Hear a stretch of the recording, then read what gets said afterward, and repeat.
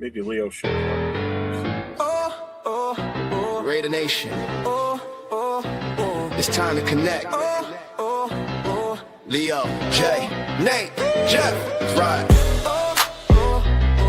Yeah, silver and black. The crew is insane. Breaking down the madness before you can blink. Another week, wow, another storyline.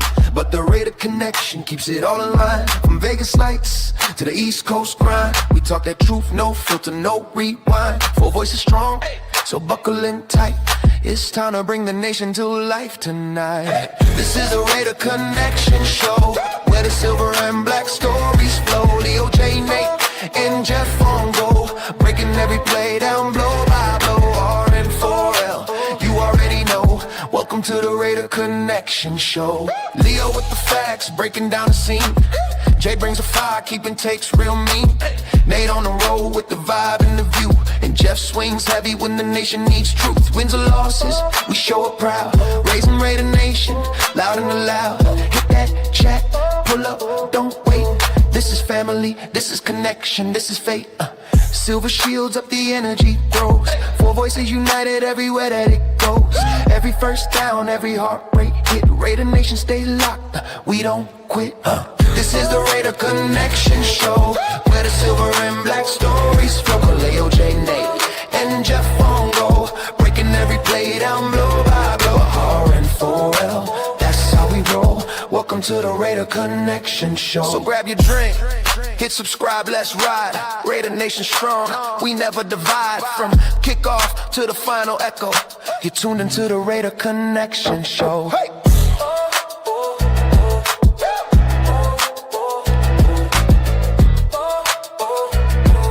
You're tuned into the Raider Connection Show. Welcome back, everybody, to the next edition of the Raider Connection. Along with myself, 401 Raider Jeff. I got my guy, LV Raider 10, next to me. And on the other end is Jay from Just Raiders, baby. And as you can see, we're missing a fourth. Leo will be not here tonight, possibly. Maybe he'll pop in. Who knows? So for now, you get the three of us. So what's up, guys? How you doing? Good. How are you, bro? What up, Jeff? Good. So Jay and I got on live the other day when our new coach got hired.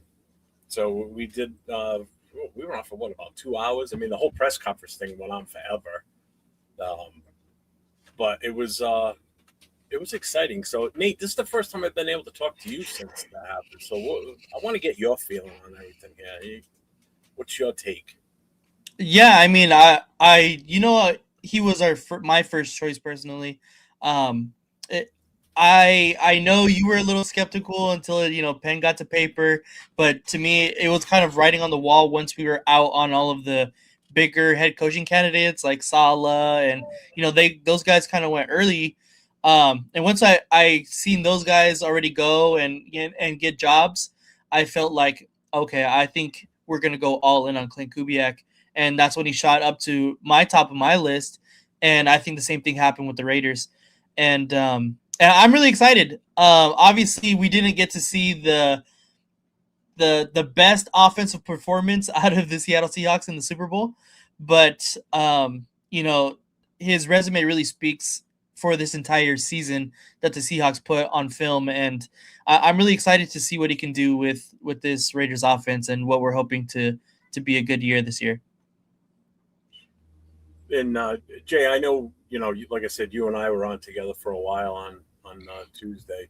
You still in the same feeling? Obviously, I mean, that was fun. That actually was kind of fun. It was an enjoyable day. Yeah, it was a great day. We finally got our guy, and now we can go ahead and start the path forward, and get everything in order and do things. We continue in doing the things the right way, and you got to go ahead and tip your hat and give an applause to Spytek and Brady for doing this the right way. It took a while, but in the end, we got our guy, which is all that matters. So, the journey back to greatness started yesterday, and let's just keep this thing moving, and I'm excited to go ahead and hear the new faces, the announcements on the coaching hires that are going to happen, and looking forward towards free agency, then the draft. Yep. Yep. Yeah, I was extremely happy on Tuesday, so it was a good day. I like you and I said, and I said it last night with Leo. Um, it was great to see all those Raider greats come in for this press conference. It just added a different atmosphere to everything I felt too. Mhm. Like in all honesty, when was the last time you saw Howie Long in the building? I've You know? never seen Oliver Long. I don't Yeah, know what that. he's like one of the guys that are never there. Yeah, and when Yeah. I saw him walk up on the stage, I'm like, oh goddamn, Howie's there. I'm like, this is awesome. And then the fact that they did that post interview too, where they all sat down, with each former player or each Raider great one at a time, that was pretty cool too. Mhm. We were still live and talking, but I wasn't able to. I had to go back and rewatch some of it and everything. So that was actually pretty cool that they did that because I'd never seen them do that before either. Yeah. Yeah. So let's hit the chat up. We'll see what we got with us. We've got Sacktown Mike's in the house. We have Bueno's in the house. Jason First Downs is here. MC Raid is in the house. What's up, MC?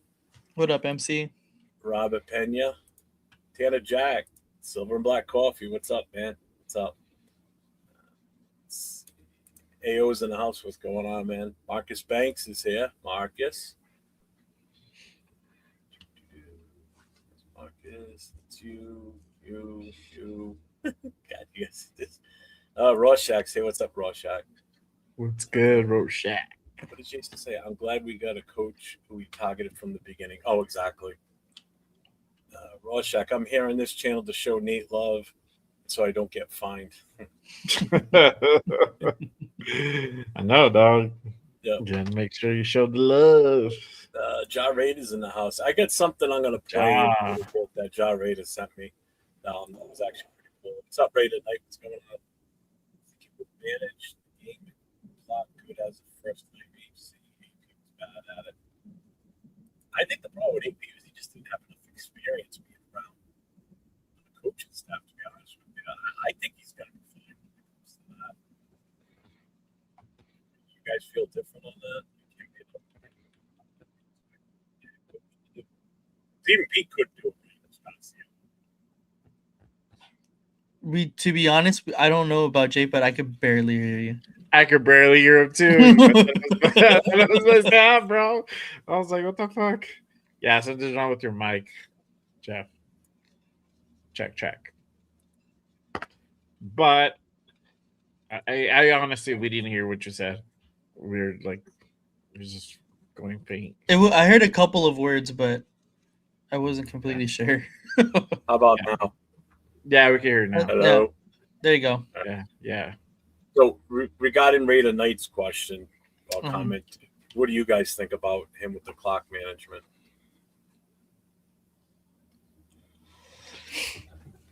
I'll go first. Go ahead. But, Yeah, go ahead. yeah, I mean, I think that him being so close to Mike McDonald, I mean, I don't think that's going to be too hard. Now would he maybe make a mistake here and there? Probably, but I'm not like overly worried about it. Certain things like that, like clock management, game management, they're gonna be mistakes. They're gonna be growing pains, and he said it too. There's gonna be some learning to do. So just expect that. And this is why I go back again and say we got to exercise patience. This season is not going to look, pretty. It's still going to look kind of bad. It's going to look better than what it was before as far as game performance. That doesn't, and I'm not saying that's going to translate into wins. I'm saying that we're going to look better on the field, but there's going to be mistakes. We're going to see some shit like that happen where it's like, fuck, we could have almost won the game, but you got to remember, this dude is still technically a first-time head coach. So there's going to be some growing pains. There's going to be some mistakes. You just got to roll with it, and not be overly critical about it and just be like, man, like, fuck, what the fuck is this guy thinking? Do I think he would be better than AP? I think he would be better than AP because Kubiak again is just so close to what's going on the field. So and then he has to dial up certain plays for certain scenarios that happen, and so these are like scenarios from timeouts. When you're the linebacker coach, you're not worried about that too much. You're just worried about like your scheming and all that. With an offensive coordinator, it's like, okay, cool. What are we going to dial up on this play? What are we going to go ahead and dial up on if they do this? We're going to go ahead and call a timeout to see what they're, to show us what they're scheming. What are we going to go ahead and kind of run from that? So there are different things that he's probably used to, but now he's actually going to be like, oh, okay, bro, it's on you now to call it. But if he messes up here and there, it's just part of the thing. So, does my mic sound even better now? I can hear you better. Yeah. Okay. I think I realized what the problem was now. I just kind of did it like default to a different one? Yeah, because I can't tell you yet. You'll have to see. I think that new head coach is. Well, are you a Raider fan, Logan? Because it's Klint Kubiak. If you're not, I don't know who you're talking about. If he's on my channel, bro, look at the thumbnail. Kubiak has learned from the best coaches, his father, Gary. True. And that's why I say I think he'll be better at it than AP because he's got more time and experience around coaches. And like I said, even Pete Carroll last year was screwing it up too. So, yeah. What's up, Edgar? At least Kubiak has the excuse that he's new. That he's new. I still think he'll be all right. Yeah, I'm not overly worried about it.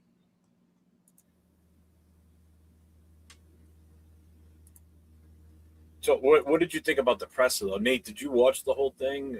I didn't watch the whole thing. I was at work when it was happening. I only watched it a little bit. But from everything that I heard, it seemed like he's has his head on straight. He knows exactly like the plan of what he wants to do. I heard the question if he has a short list of who he wants to bring over as coaches. He said he does. Obviously, he didn't give any specific names, but I think that's the biggest thing from here on forward is going to be who does he bring in as his offensive coordinator? Who does he bring in as his defensive coordinator? And how does he build out the rest of this staff? Behind his offensive genius, I think we have to get somebody on the defensive side of the ball that can be just as good as him. Well, I mean, I don't know if there is anybody as good as him off defensively, but it's just going to be really interesting to see who he brings over defensively and the connections that he has throughout the league and where they come from and so on. Yeah. What's up, D1 Jackson? What's going on, man? Welcome in. What's up, Elias? We are going to be better next year, hopefully. That was going to be the thing too. The next one is OC and DC, and look who's here. I'm going to add him to the stage. This is Leo. Leo, what's up? What's going on? Oh, run away. I brought up. So it makes it feel like he's on the show today. Wow. Come on. That's why, because my second camera, the mic was on it. I thought I didn't shut it off. That's why it was work. You can only hear me on that mic over there, so I had to shut it off. So it's a real experience with us. We watching. I know, Jay, you were in the chat during the Severe and 805 show, and I know they asked the question, and I was thinking the same thing too when I was doing the banners for this. Which you think is the most important at this point? Is it OC or a DC? Personally, I think a DC is the priority right now because by default we've already got the OC with Kubiak there. So now, if we look at DC, who do you think are the odds-on favorite for that? I know there's teams kicked around, but yeah, if I had to put an odds-on favorite, it's probably going to be Carlos Scott. He's probably going to most likely get the nod if he's able to go ahead and poach him from Seattle. and I think he's the DB coach over for the Seahawks currently. And if it's not him, um, possibly Aiden Gerard could be a possibility as well. I know everybody likes Jim Schwartz. The thing with Jim Schwartz that right now he has to deal with the Browns and his coaching rights, right? And he's already asked to be released from his coaching rights. I don't think they're going to go ahead and necessarily do it, but that's kind of where they're at. He resigned over a week ago, so he's not in the building anymore. He doesn't want to go back, but for whatever reason, Browns want to go ahead and not let him go out to the market. So we have to kind of figure that part out. And if somebody wants to go ahead and hire him, that's going to require some type of compensation, whether it's monetary or whether it's draft capital. And obviously, in the situation when it's not ideal for us to go ahead and give up draft capital for even though it's Jim Schwartz still. E.G. Rivera is another one that's the name of this that's been also floated around. We'll see what happens, but it probably is going to be Carl Scott. If for whatever reason they're able to go ahead and kind of poach him away, and it's just the familiarity with having a guy like that at disposal. Everybody he would come from the Mike McDonald tree that just won the Super Bowl, so you have that. Or the current defensive coordinator for the Seahawks, that could be another possibility as well. So yeah, there's some names to kind of look out for. But it'd be great if we get Shorts in the building. I mean, we'll have something for sure. It's just that there's a lot to work out for that to happen, and I know that's the one because I see it in the chats all the time. People are calling for that name, but again, there's so much involved in that. Just real quick, Elias and Logan, I see both your questions. We are going to address those. That is part of what we're going to discuss tonight, so we will get to that. But like Raider said here, if Browns don't want to burn their bridges too, they should just release the rights. To be honest with you, but I don't see that. Roshek. That's his Instagram profile pic. Shout out to Roshek, bro. Damn, that Leo picture looks scary, like a supervillain, like Lex Luthor. Oh man, that's cold-blooded. And right tonight, I did see the video. Actually, I was going to play that too. That's one of the things I was going to pull up on the screen. That's a ghetto ass Lex Luthor, bro. For real. Like that, he's got like that comic book villain raised eyebrow look. That's that profile dog. Yeah, let me just play this now. I'll just bring this up real quick. I don't know if you guys saw this or not today, but I haven't, honestly. I saw part of it. Go ahead.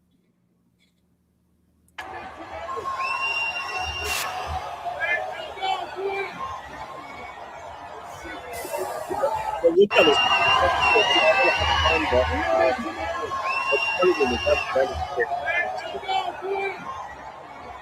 the heaviest set coach with the gray beard. That's the offensive line coach that should be coming with him too. That would be dope. Yeah. Again, that's a maybe. That's a maybe. Yeah, like I said, if they could pull that off, yeah, that would be nice. Yeah, it's John Benton. What's the other guy's name? The quarterback's coach. Andrew Janoko. Janoko might be the guy that could possibly be the offensive coordinator. They obviously Kubiak. He knows Kubiak. He knows what he runs. I think Janoko's been following him everywhere. So what the question is would he go ahead and do it one more time and come to Las Vegas? Obviously, he'll be here for a minute until he gets his own gig or whatever. So that would be cool. I wouldn't be mad at that. I'm more worried, honestly. It's crazy for me to say that I'm more concerned about like the offensive line coach as opposed to like the offensive coordinator, right? Yeah, Like, we know 1,000%. we know what time it is, and whoever even he brings in as coordinator is just gonna go ahead and help Kubiak. Like you said, like I just need that extra help, the extra preparation, bounce off ideas, yada yada. But it's an offensive line coach with our line being so bad last year. I'm like, let's get this one right. Let's get some like competent coaches in the building. So John Benton, who you just played, is one. Stoutland from the Eagles, the offensive line coach from Mm, there, just quit on the Eagles probably like a week ago too. So Yeah. he's actually out there now. The question is, will he actually want to go ahead and coach? I think the word out on the street is that he might take this year off and probably see about maybe coaching in 27 again. But that would be a good one too. And we know what the Eagles were able to do like 2 years ago. So His eyebrows are stressing him out. What's up, Darren? This is all news, but I loved how Kubiak talked about the old Raiders and that Raider attitude. We need that attitude back. It was very relaxed up there. I will say that. very. Very relaxed. It looked like a normal press conference. You know, like the you go back to the McDaniel one. That was just such an uncomfortable watching that presser. You know. it was a little bit awkward, I remember, because he asked Mark Davis asked him if whether if it was a fumble or not. Oh yeah. Like fuck, nah, you straight up address the elephant in the room. You know, sorry. Well, and I agree with you, Jay, as far as the most important thing I think is also the offensive line coach that's going to come in here because of how pitiful it was last year. You know, are we completely void of talent on the offensive line? I don't really think so. It's just the coaching was just so awful last year. So I think we should see a change in that as soon as they start practicing. You know, and they start getting in the semblance of, you know, how the pecking order is going to go for those front five. So, yeah, I mean it is the guy from Seattle, Bennett. That's who I'm hoping. Yeah, I'll take either one. To be honest with you, I'm not really mad at if it's Benton, great. If it's Stoutland, great. Like I think we win either way. You know, it's crazy to think like these guys actually were like watching film after hours after Brendan Carroll left. It's like crazy, you know, and like it's just a level like there's levels to this thing, and that's like the bottom of the barrel. So it's like, all right, cool. Let's try to get our guy. At least get a halfway decent guy in here. You know, we'll take that. But if we can get Benton, obviously, you know what, they're able to go ahead and do it. And then, you know, honestly, their line wasn't a like wow. It wasn't a wow factor. It wasn't like it was good, right, but it wasn't great. You know, but they are able to go ahead and be efficient, and that's the important part. Now, if we're able to go ahead and get some good talent in here, you never know. You never know. And we still have Caleb Rogers. We have Charles Grant in the building as well. DJ Glaze, and that's a question we can go ahead and kind of address as well. Whether he stays at right tackle or he gets moved to guard. How much of that is coaching? How much of that is actually, you know, him just regressing? You know, I think it's a combination of both. I think it could be fixed. I think this is the time where you fix it right now. You have that ability, and either way, either you plug him back in right tackle, you think you move him to guard, or you put him as def. And if you get somebody in free agency, you know, you address that tackle. So it'll be interesting.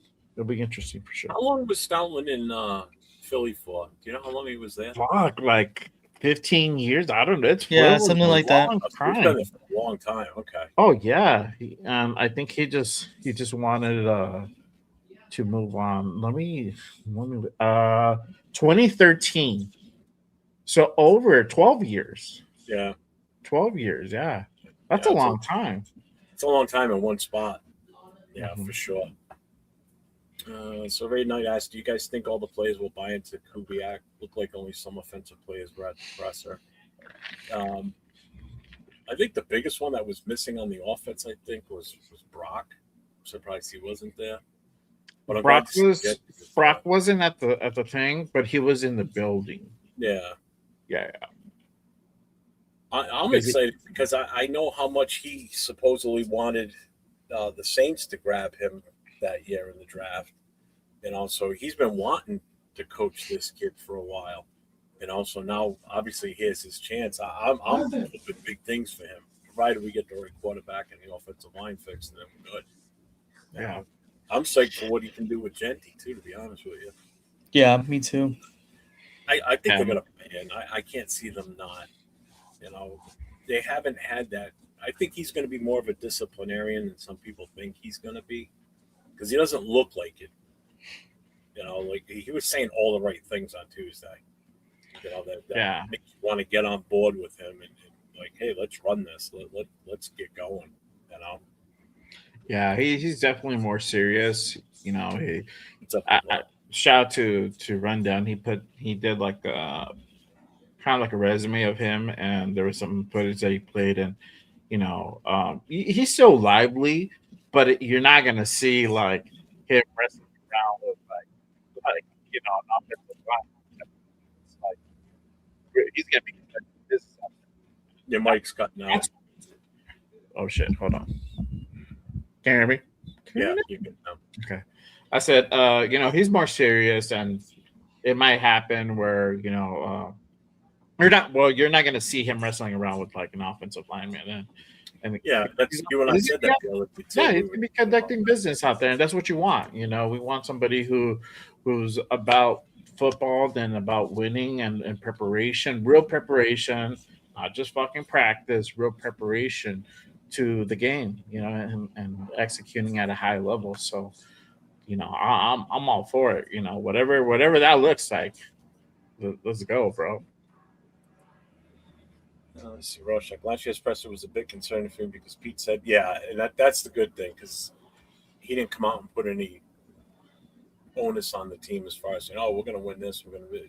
It's like he's just going to win it. He's going to evaluate everybody, which is what Pete should have said last year too. Not saying, oh, I'm here to win games. And that went over like a fun church. Let's see. Yeah, Brock was having coffee with Max. I'm excited about actually seeing 12 and 13 personnel. Yes. I mean, you saw bits of it in the play in the Super Bowl. I mean, he was getting the tight end involved big time. Yeah. Oh, and the reason Leo was a pitcher is because he's not here tonight, so I just figured I'd play a little fun thing and put my extra camera on my phone and just wow. Arnie does have a couple questions here.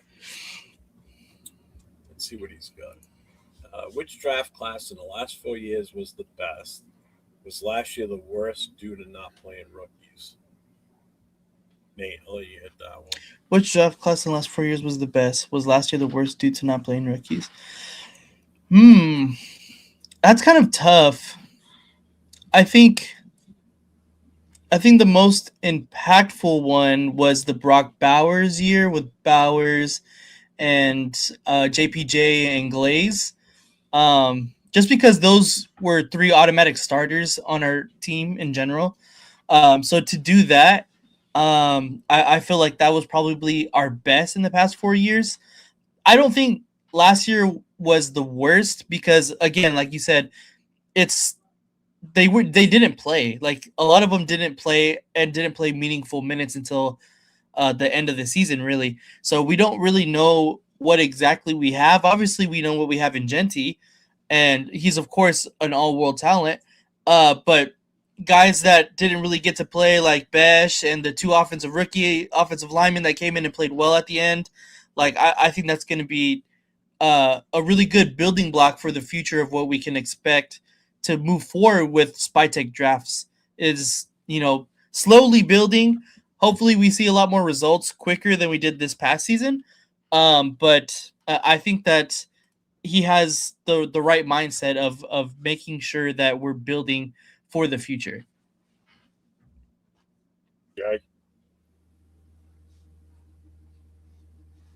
Yeah, Yeah, I agree.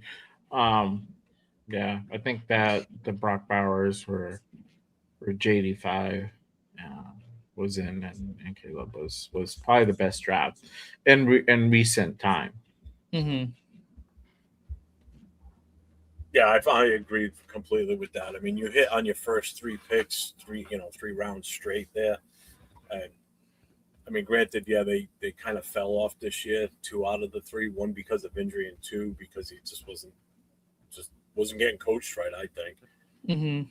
Brock is still Brock, even though we lost him a good chunk of the season because of injuries. But when he was there, he showed Yeah. up, showed out. Yeah. But, this is another name that keeps popping up now too. But didn't he just go somewhere? Did somebody just hire him? I thought Musgrave. Musgrave is with the Jets, I believe. Yeah, right. He just.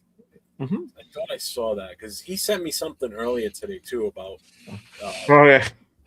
So I think I know what he sent you, but I don't. Why I honestly don't know, but I assume because it's kind of out there in social media that supposedly one of the landing spots, aside from us, uh, for our old friend Derek Carr would be the Jets, and a Oh, reunion with right. Musgrave uh, could That's possibly what it was. happen.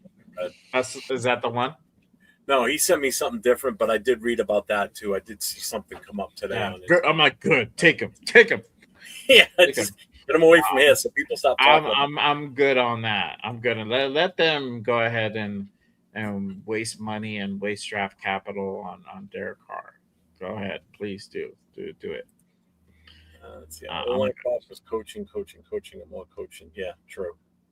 Nobody's going to disagree with that one. What's up, Trig? What's up? Let's see, John. I'd be real. I thought Bowers went to pack Max's stuff, send him out the door when Kubiak said, "Where's Bowers?" Let's see. Finally got our first choice at head coach. Draft Mendoza, Mesidor, Surratt. Stay patient, stay calm, let Kubiak cook. I've been seeing a lot of that, people in their mock drafts. If you watch any mock drafts that come up on Facebook or any other socials, that people are taking Mendoza. They're going for the center, Cogden from Indiana. And I see them grabbing both wide receivers from Indiana. It's like, we're going to be the Vegas Hoosiers. Yeah. Just because it worked well in college, it doesn't necessarily going to translate over to the NFL either. It's like you're going to bring half the team, half their offense over here, basically, is what they're looking at. It's like, damn. To be fair, I would take the center though. He's really fucking good. Yeah, that I would. I wouldn't. I won't. No, not at all. So, I mean, as far as OC and DC, like we both all said, I think the DC one is the most important one at this point right now. Yeah, I agree.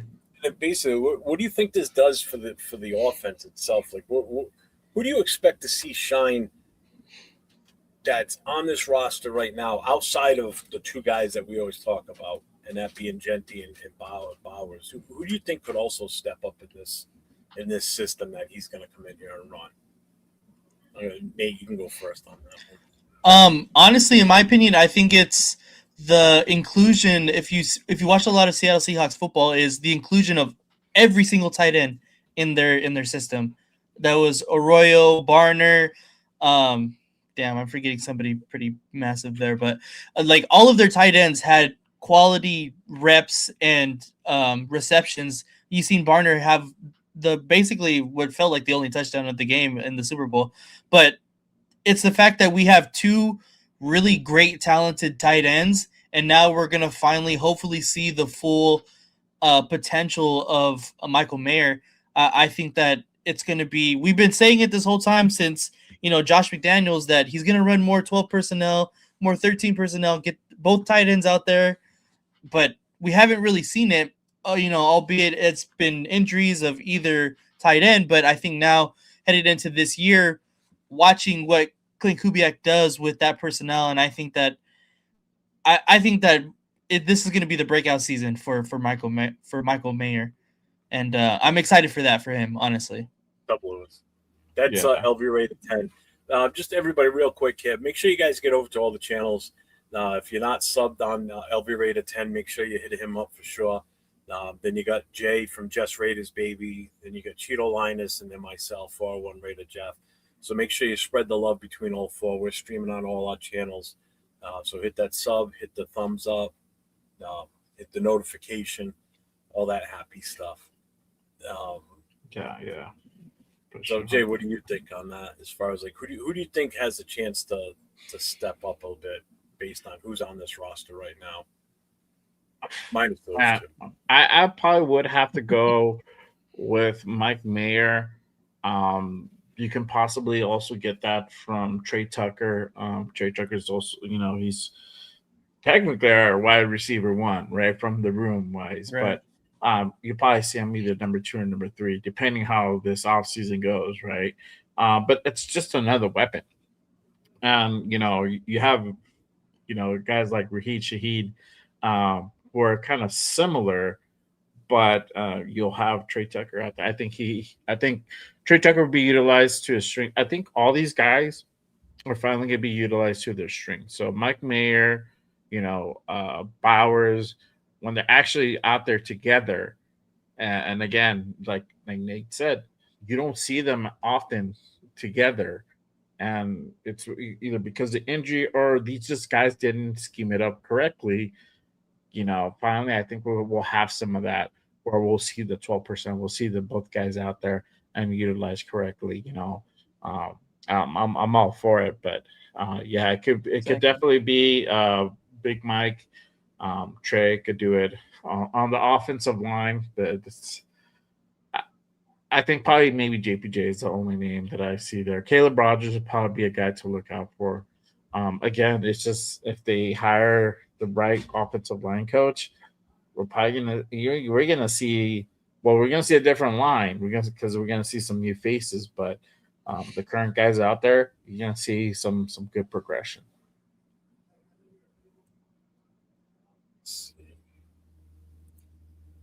Leo clearance special by Mendoza jersey. Get free Wilson Smith or AOC jersey today.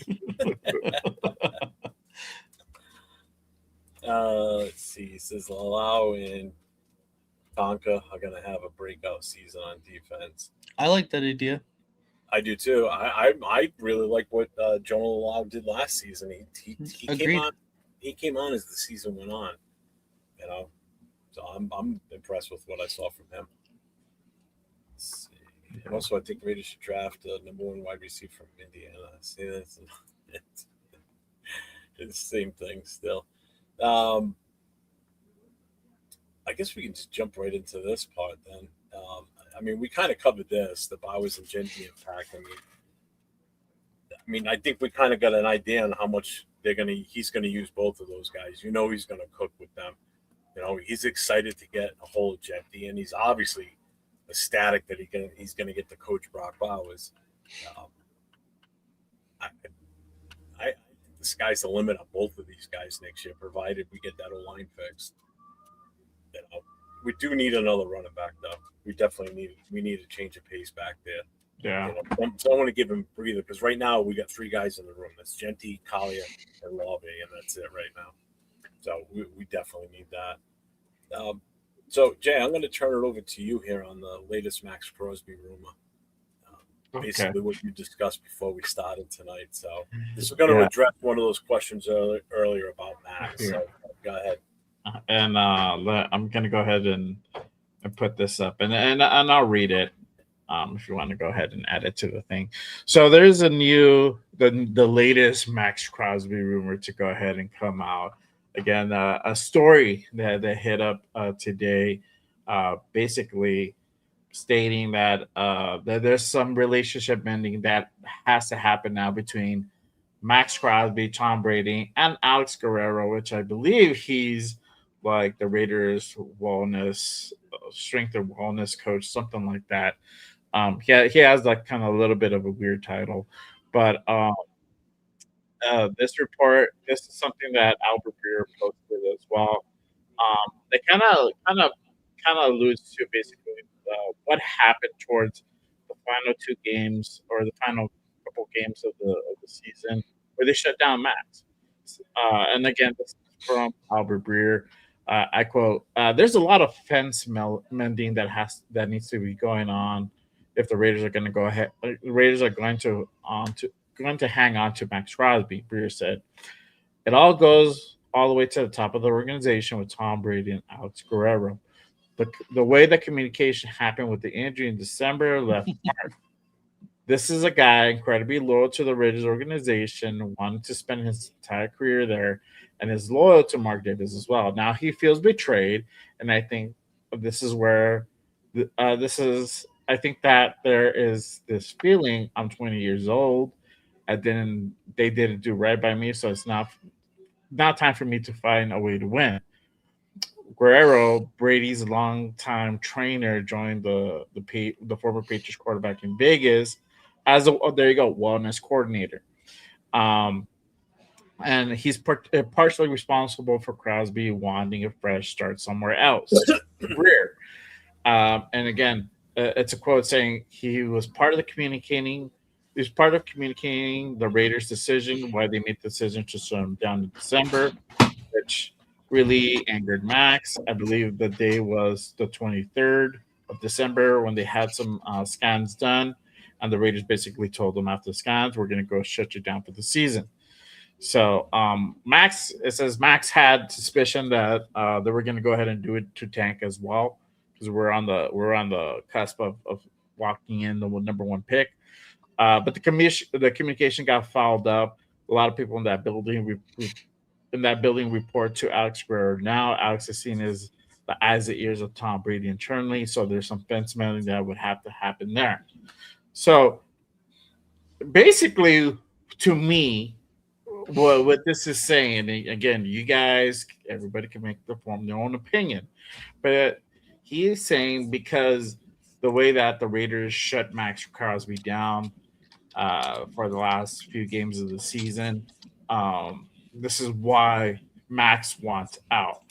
And again, even Breer says a guy that's loyal to Mark Davis, loyal to the organization, because of them shutting him down, he feels betrayed, and that's why he wants out. I don't know, but when I hear that, to me, I'm just like, what are you talking about? Like, are you really saying that he's so upset, he's so pissed off, he's so butthurt because they shut him down 2 games before the season ended, that now he's going to go ahead and up and request a trade? It doesn't make a whole lot of sense, to be honest with you. And mind you, this is not the first time that Maxx Crosby gets shut down early. This happened the year prior too. So, and Max was still here. So this is kind of a reach. I know there's more specifics that, they have somebody specific that it's attributed to, but again, also being attached to Tom Brady. There might be some possible smoke, and we know that Max was pissed when he did get the news. So there might be a little bit truth to that, but to the point where he wants to up and leave, that for that to be the reason, that's a little bit of a stretch to me. I don't know. I would feel more that it's that, and also trying to rebuild would be another possible factor. But just for that alone, I think that's a little bit of a hard stretch. I don't know. That's my opinion. Right. I think the context that you have to also look at is who is the reporting. It's from NBC Sports Boston, and if you see at the bottom here, if Crosby pushes for a trade, the Patriots would be a near perfect fit for the 5-time Pro Bowler coming off an AFC championship. I think this is propaganda wanting to get Maxx Crosby, trying to push some kind of narrative that Maxx Crosby wants out because they had similar situations with Alex Guerrero in the Patriots building, and they understand that Guerrero and Brady aren't, kind of willing to get off of their own. They do their own regimen, and that's not always best for the team aspect. But I think as an owner, it's a lot different than the situation that happened over in New England. Um, this is a complete reach to me. It's kind of going based off of what Jay Glazer had said, because Max was upset that he got shut down, and then of course, after that he's going to be upset and confide in Jay Glazer or whoever it had been, and then they just kind of take the narrative from there. But he's gone on multiple times and multiple shows saying that, as of recently, as of today, saying that he doesn't want to leave the Raiders. So to me, that it's not anything other than, it's off season. It's it's something to talk about after the Super Bowl. There's not a lot of news, and Clickbait. and Maxx Crosby has been the number one target for fantasy trade rumors for the past 3 seasons. So that's what I really think it is. I took it down. Are you done with that? Yeah. All right. Yeah, I'm done with that. See, I'm sure. I've been saying don't trade Max unless he wants out. But if we could trade him straight for a top 8 corner, D end, OT, I would feel better than the 2 number 1 picks, bird in the hand worth 2 in the bush. Just real quick before we get further into the Max, I looked up Alex Guerrero. He's under the administration tab on the Raiders. So this past season was his first season as the wellness coordinator for the Raiders. So in his current role, he oversees several departments to ensure and enhance the health and well-being of players, coaches, and staff. He spent 30 years working with numerous professional and world-class athletes and has served as a consultant for NFL and collegiate teams. Previously, he had a successful private practice focusing on sports injury, rehab, performance enhancement, and nutrition. So, I mean, the guy's definitely been around a long time in that profession. So, I mean, it's not like he's some second-year guy out of college working for the team. So, this is a guy with a lot of experience that knows right from wrong when it comes to players' health and what's probably best for the play. Because you got to remember, players don't want to hear that they need to be sad. So I get why Max is. And totally makes sense. And we all know the type of character that Max is. And the last thing he wants to be told is, no, you can't play no more. You know? But when they're looking out, you got to remember, these players are a monetary investment for the team. So what good is he if he keeps playing, injures it even more, and then he's out for games going into next season? So the smart thing was to shut him down. Well, obviously Max didn't like that. But it's like you got to look at long term. I mean, look at some of these guys that played in the 60s and 70s and even into the 80s that are still alive now. Some of them barely even walk. They didn't have any of this shit back then. So, and that's what they're trying to prevent. I mean, the NFL's still going through lawsuits over this shit with, some of these injuries from these guys. Yeah. Well, let's cover this now. Go ahead, Jay. I was going to say that you're 100% right. And it's a job of the GM and also the coach to go ahead and protect the player from themselves. And Maxx Crosby, let him have his way, he would be out there one fucking leg. That's just the truth of it. So Spytek's job is to think about the team long term, right? The coach's job is to think about the team, but on a very near future type of term. So season by season, that's the way they're thinking. And the player is thinking in the moment, and what I can do to better the team. How I need to go out and get 3 sacks, or I need to be impactful. I need to try to get to the quarterback as much as I can. Yada yada yada. I need to make sure my defense is on point, and the guys on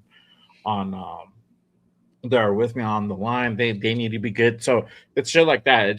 That's just how the tree goes, right? So this is a decision that Spytek had to do, and for what? I mean, honestly, what was 2 more games, 2 more meaningless games? What was that going to do for the team? Nothing but hurt. I mean, at the time, it's going to hurt us. And I'm not the whole tank thing, but to be basically, he would have went down. He could have really injured himself further. Prime example, Christian Wilkins. But You know, he could have hurt himself further. He could have been now, or rehab would have been much, much longer, and it would have been it could have been a bad deal. Two, it would have hurt us on we probably would have lost out the number one draft pick, and Yep. you can now Oh kind yeah. of forget about Clint Kubiak. So there's a trickle effect that happens there too. Right. Realistically, I don't even see Clint Kubiak here if we didn't have the number one pick alone, on top of the cap space. But the real attractive incentive is really also that number one pick. So if we don't have that, I don't think Kubiak's here. What's up, IAG? Chiefs just hired DeMarco Murray. Uh, well, let's address this then. So, I mean, you two know, and everybody in here pretty much, unless they're new, know my take on the whole Max thing. So, knowing what you know now, if this is the case, if what you just read off, Jay, if that report is for real, and I guess Josh said he watched, I guess Max did his podcast today or whatever, and he said he doesn't look happy. It looks like he's pissed off. Like, you know, do you guys still feel the same that Max is a Raider for life, or if a team calls, are you listening? Are you seriously considering it? We'll start with you, Jay, on that. Where were you sitting with all this now? So shout out to John. I watched the podcast today. I kind of had to like fast forward to like because I got in there when it was just kind of about to end, or it was on the end. So I rewinded it back and kind of listened throughout to see if I heard him address the rumors again. He didn't, but it's also he probably could just be, he looked fine to me, but it could be also that he's just annoyed he has to address these fucking rumors and they're going on and you're getting all this shit. Whether you're talking or not, I'm pretty sure he's seeing it. You cannot not see it. If you have a guy like him, I'm pretty sure he has like a football algorithm and sports algorithm. I'm pretty sure he's popping up and he's seeing all this shit come out. Same thing on Twitter.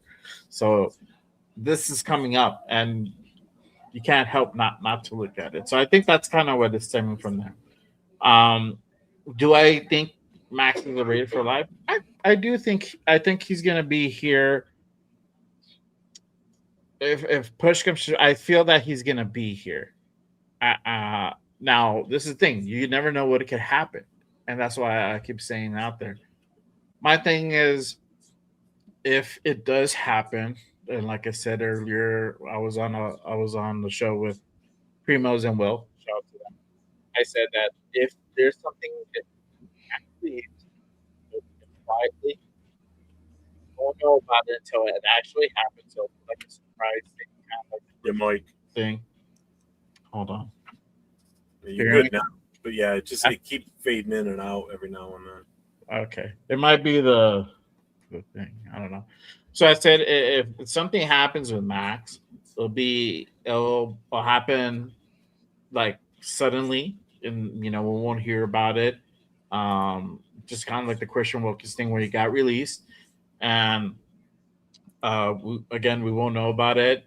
It'll happen suddenly, and Spytek will take the blame. But it'll be because Max wanted to, or Max signed off on it, and that's a big if, right? And because obviously Max wants to go ahead and save face with us, and that's cool. I get it, and I'm pretty sure Spytek wouldn't mind being the villain in this story. That's if it does happen. Now, this is a thing with a trade like that. We're not going to get as much as people think. We're not going to. I saw Arnie post like, I can't wait to see what Spytek's going to do with 3 first rounders. We're not going to get 3 first rounders. For Max, we'll probably get a first round pick for sure, and a second. And I think that's kind of the way it goes. You maybe a little compensation. Maybe you can go ahead and fleece a third. Maybe if on the high end, a first and 2 seconds. But if you really fleece somebody, you could possibly get the 2 first. But I think that's as much as you get. Realistically, and kind of what I've been seeing out there, it's realistically like first and a second, the going rate for Max. Like I said, I think yesterday on your Notorious show, put that out there as well. So I don't know. I just think it's not gonna. Is it gonna fast track our rebuild? Yes, it will. Not a whole lot, but it will, because now you can get that. You'll have an extra first round pick for this year. You should ask for one this year. That'll be stupid if we get one from like next year. But you should have one for this year and a second for this year. We can do something with that. But again, you still also have to hit on those picks. And that's something that people have to go ahead and remember.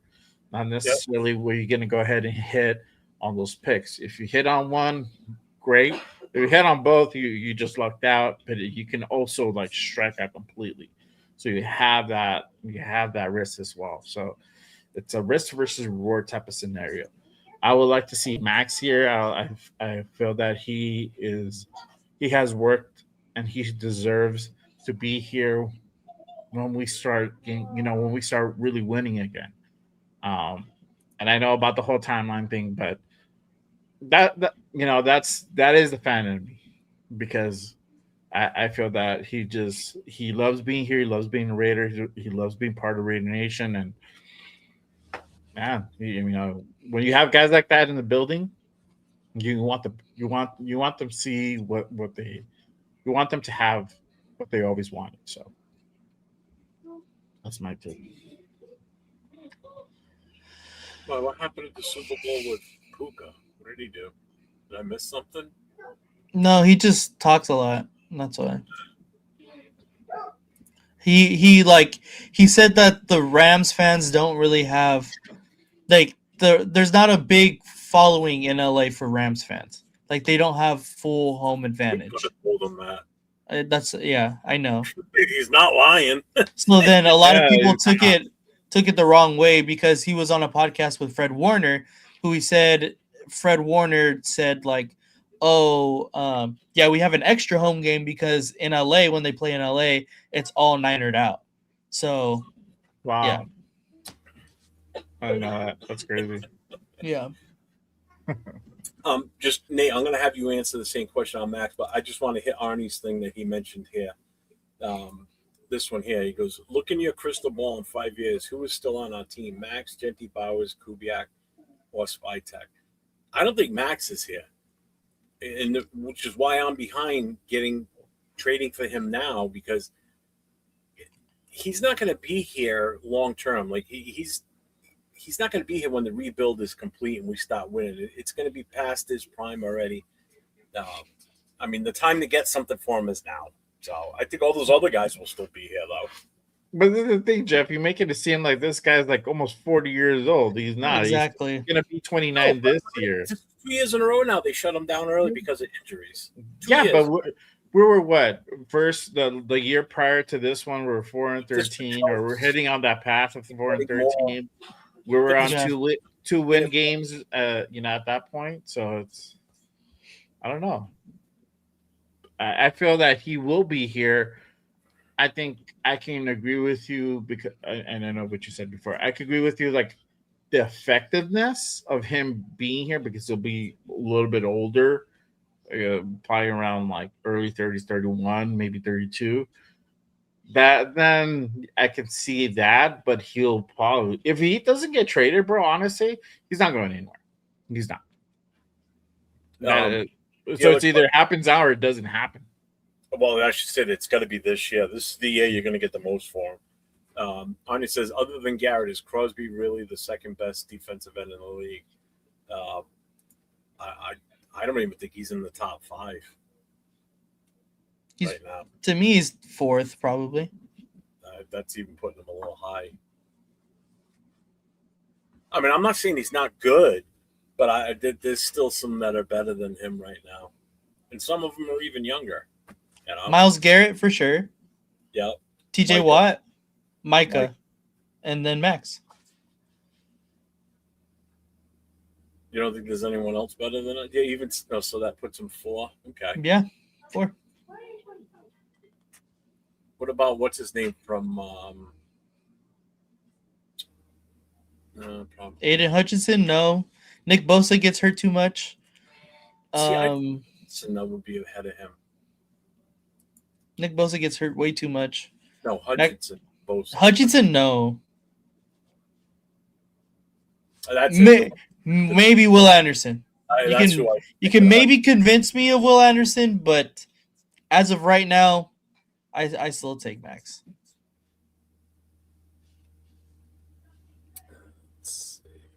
All right, so your take on the whole Maxx thing then, Nate? Where are you sitting with that now? Yeah, to me, I think that I'm right with Jay on the value that we could possibly get back if we do trade Maxx, which is a first for sure, and then maybe a second plus. But I think if that's the return you get, that he's more valuable to us than those picks are, because of the influence that he has as a Raider in the community, just in total, rather than a first and a second that could possibly turn into Maxx Crosby. I think that to me, I don't see them trading Maxx Crosby. And to also kind of hit on Arnie's question earlier that you were pertaining to right now on the crystal ball of 5 years, I think he is a Raider in 5 years. I think that this is the right direction with Klint Kubiak, and that, timelines change. They fluctuate. Like, no one thought that the Bears timeline would be this quick. No one thought that the Commanders timeline would be this quick either. Like, timelines change so very quickly.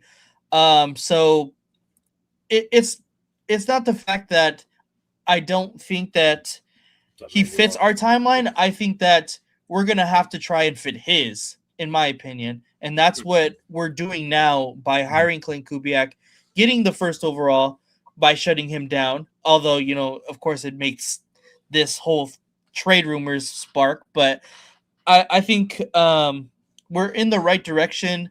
And I think Maxx he's going to be a Raider for life. He said it multiple times that he wants to be a Kobe Bryant type guy where he brings the value to a franchise with winning and with, him as a personal, like as a human being. Like when you think of the Lakers and Los Angeles, you think of Kobe Bryant. And that's what Maxx Crosby has said that he wants to do with Las Vegas and the Raiders. And I think as of right now, if you ask a younger Raiders fan out on the street, they're going to ask, who do you think of when you say the Raiders? They're going to say Maxx Crosby. And I think that gives us just a value that we don't really have on our team as of right now. Of course, we're going to have Brock Bowers and Genty, but those are still future assets that haven't really made them the name that Maxx Crosby has for himself as of right now. Yeah. I don't think it's so much the time, like we have to fit his timeline. This fan base is just dead tired of us having shitty years after shitty years after shitty years. Right. It's just getting worse and worse. I'm like, they had to do something. Mm-hmm. I'm like, going back to the presser when Kubiak was asked about the fan base and getting people back into the stadium, it's like he said, look, just because I'm here, I don't expect you to go ahead and trust me. That's going to be earned on what we do, not what we say. And that speaks volumes just from what he said right there. It's just like, I'm not going to try to constantly prove to you that you need to come and watch us. You need to be a fan. You need to be a part of the nation. It's just like the product on the field is what's going to go ahead and resonate, So I like that, man. So you don't think Mike is better than him right now? Or are you saying that just because Mike is out with the injury? I mean, he tore his ACL, right? But when he was playing, he was definitely better than Maxx. I'm sorry. Let's see. If you get a Robin to Maxx Batman's reduction jump. Exactly. And he hasn't had a good one since Yannick Ngakoue. And Yannick Ngakoue he was older at the time too. So he's never really even had a Robin to his Batman. See, saying Maxx is number 2, that's just you're just being a Raider fan on that one. I mean, you got to look at who else is out there. There are guys that are better than Maxx. There's no two ways about it. You know, I mean, Nate named them off too. So Max is definitely not overall number 2. So he's top 5 or top 4, as Nate says. You know. So I got this from John. I'm going to put this up and play this. This was, I guess, from his podcast today. Mm-hmm. He's a well-established coach. You know, obviously, the success he's had, you know, it runs in the family as well. You know, he's a kid that grew up, you know, watching his dad had a lot of success as an NFL coach. Some of those teams are some of my favorite teams to watch with J.J. Watt and Arian Foster back in the day. Dope-ass teams. But, yeah, he's got a great lineage of people that he's been around. He's, you know, he runs a great system and, you know, he's had a lot of success, you know, being a coordinator. You've seen what he's done for Sam Darnold. He's maxed out. I wouldn't say maxed out, but he's brought the best out of a lot of his players. Like we talked about, like getting, you know, putting players in positions to, you know, max out is their full potential. And I think he does a good job of that. So, yeah, you know, it's you got to give him the credit, man. You know, nowadays in the league, there's a lot of, you know, there's always trends and things that are going on throughout. Back in the day, I feel like it was you need the old school veteran coach, and you know he's got to have the experience and do it this way. And now it's like kind of moving towards the Sean McVay, Liam Cohen, Kyle Shanahan, the younger, offensive minded. You know, kind of the Mike McDaniel. He's a well-established coach. So I mean, and he's right too. I mean, back in the day, that's what it was. They wanted the coaches that had the experience, you know, the ones that have been around for a long time, and you know, can instill their old school thinking and thought. You know, plus a lot of those coaches back then were hard asses too. That was like old school coaching. You know, these guys now they're some of them are just a matter of a few years older than some of the guys that are still playing. You know, so I'm still on the time is now if we're gonna do this. You know what? And again, if they're saying he needs to apologize or whatever, that was the first when you mentioned it tonight. That was the first time I heard of that. So that was kind of interesting to see. So yeah, I mean, I don't know. I know they need to apologize. It just says there's some fence mending that need to be there, but it's just funny how it just progresses. Like now it's like Maxx Crosby. You know, before it was like Maxx Crosby doesn't want to do anything with the Raiders. He'd rather retire than play for us. And yeah, he's still in the building, rocking the drip, and you know, doing interviews there. And he just met with Kubiak. You know, on Tuesday they had coffee and chopped it up. So it's like, what I don't know what more that this dude has to do to make it clear that he wants to stay here, wants to be here. Like, is he frustrated? Fuck yes. Like, who the fuck wouldn't? I would be. I'd be like, fuck, man. I've been here forever and a day, and we still haven't won. We only went to the playoffs once when I've been here. You know, I would be fucking pissed. I would be frustrated too. I'd be pissed. I would be pissed, and then get shut down. Yeah, I would be pissed. Would I say butthurt? You know, I don't know. I'd probably have feelings about it. I probably wouldn't be happy about it, but at the end of the day, it's like, look, he knows. He just said what Kubiak is all about, what he's done. He knows that history. So it's like, okay, cool. Now we got a dude. He's most likely going to be here for at least 3 years. So now I got some more stability back because that's what they wanted. It was just Pete was just so terrible. He had to go. Now we got Kubiak. Now we're going to do into a full rebuild. We got the number 1 pick. Whether we keep it or trade back, that's a different story. But we have that ability. So I think all that. I think you cannot not want to be here. You know, I think he's in the precipice of being a part of that. But like Jeff said, if you're gonna do it now. If he's gonna go, if he wants out, I mean, if he wants out, he wants out. He doesn't have to tell us.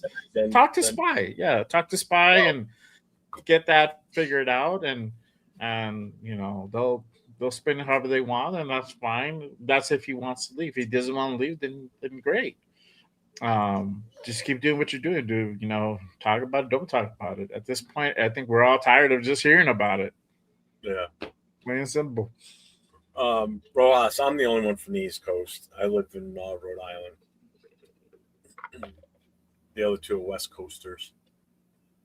They're on the wrong coast. I'm on the good coast. Go outside. Why? It's in the 40s today. Yeah. It's not bad out there today. A lot of that's snow. because- It snowed last night. The fuck? I don't know. It's cold as shit. Is it a fame to show you guys all have a computer? Now they're talking about Max Dillberry's game. Yeah, he didn't look happy in that segment. But whatever. Yeah, but it's just like it's that there's an elephant in the room, and it's about the trade rumors. It's like, fuck, dude. Like, he has to. Now he's having to dress up like 3 times a year. Yeah. It's gotten to that point. I would be fucking tired of him. Like, fuck this shit.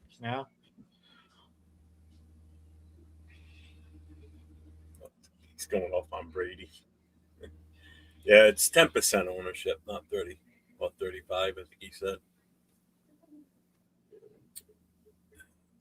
Shit, if he had 35%, then he'd be quitting that Fox job and being a real part of the ownership. I think they only approved them for that much. I don't know. I don't remember how that went down. It says, I'm a real Raider fan, Raider Ben style, no fake shit like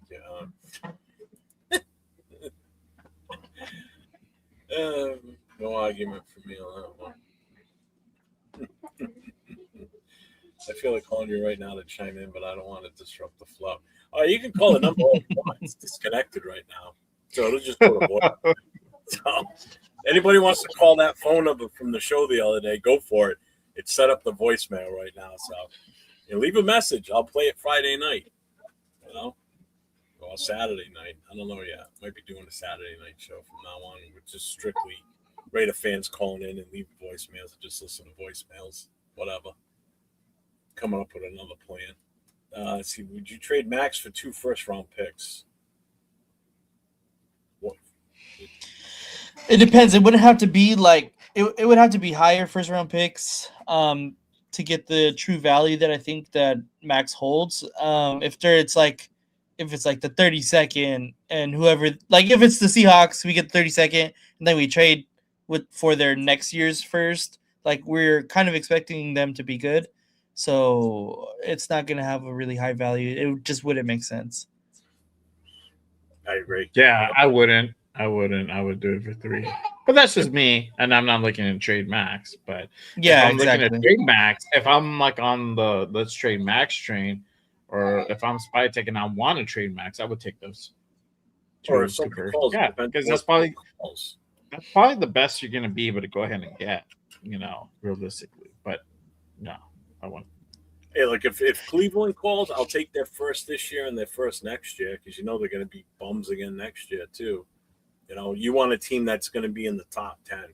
That's how I look at it. You're going to give Myles Garrett Maxx Crosby and still not win. Holy so shit. that makes a whole lot of sense, put an offense together. So what does it matter? Yeah, it'll be the same thing as him. Like it'll be the same thing as staying here. Like they wouldn't be able to go ahead and really win. They don't have no real offense, bro. So, and this is the thing.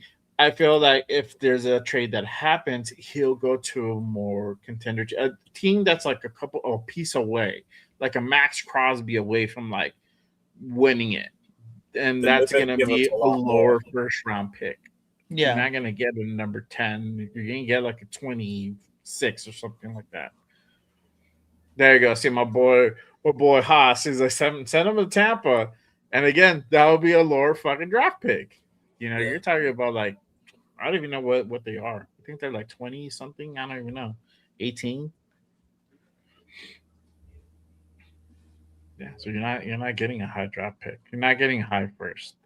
You're getting a low first. There it is, sending the Tampa. Yeah, they got a Pro Bowl quarterback. Yeah, by default. Yep.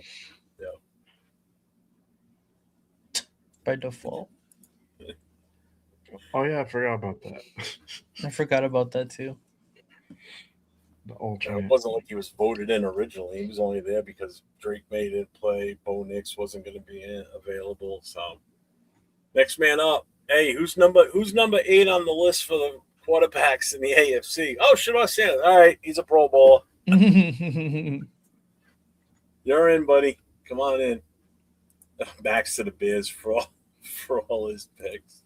Yep, definitely doing that. And that's the other thing. And people are like, oh, we got to send him somewhere where he can win a championship. I'm like, why the fuck do we have to do that? He doesn't have a no trade clause, so we control his destiny. It's whatever team gives us the best bang for the buck. Wherever he goes, he's got no say in it. I wouldn't even be asking him like, hey, where do you want to go? No. Who's giving us the most in return for you is who you're going to, plain and simple. Yeah.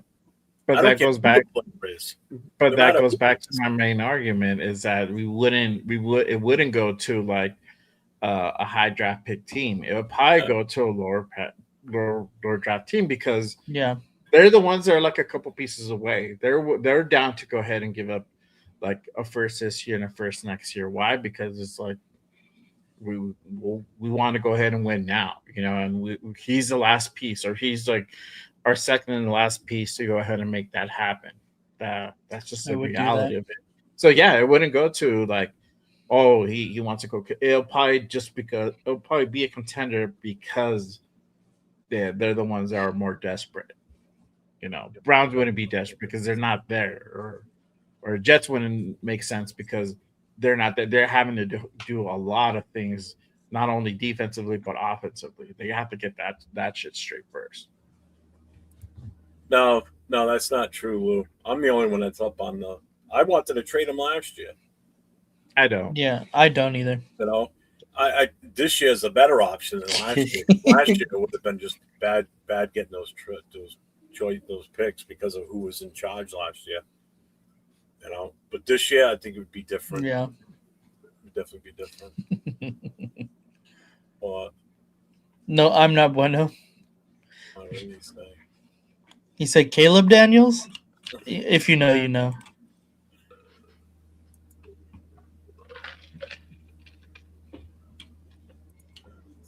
Drafting Mendoza or not drafting him.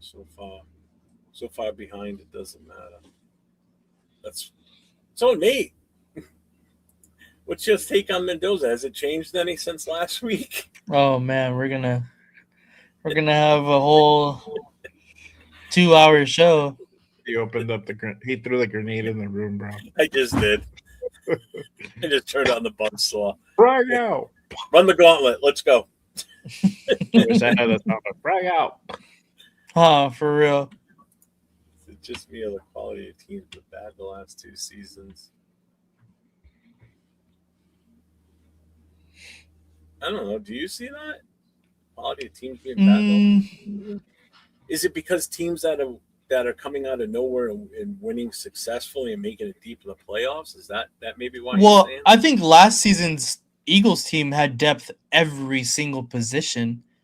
Like they were good all around. So I don't think that's completely true. Maybe just this year because like who really predicted the Seahawks were going to win the Super Bowl or the Patriots would get to the Super Bowl. Like no one really thought that. I didn't even think the Seahawks were going to make the playoffs. I didn't think the Patriots were going to win more than 4, maybe 5 games. That team right there completely shocked. That's the biggest shock to me this season. Not even the Bears.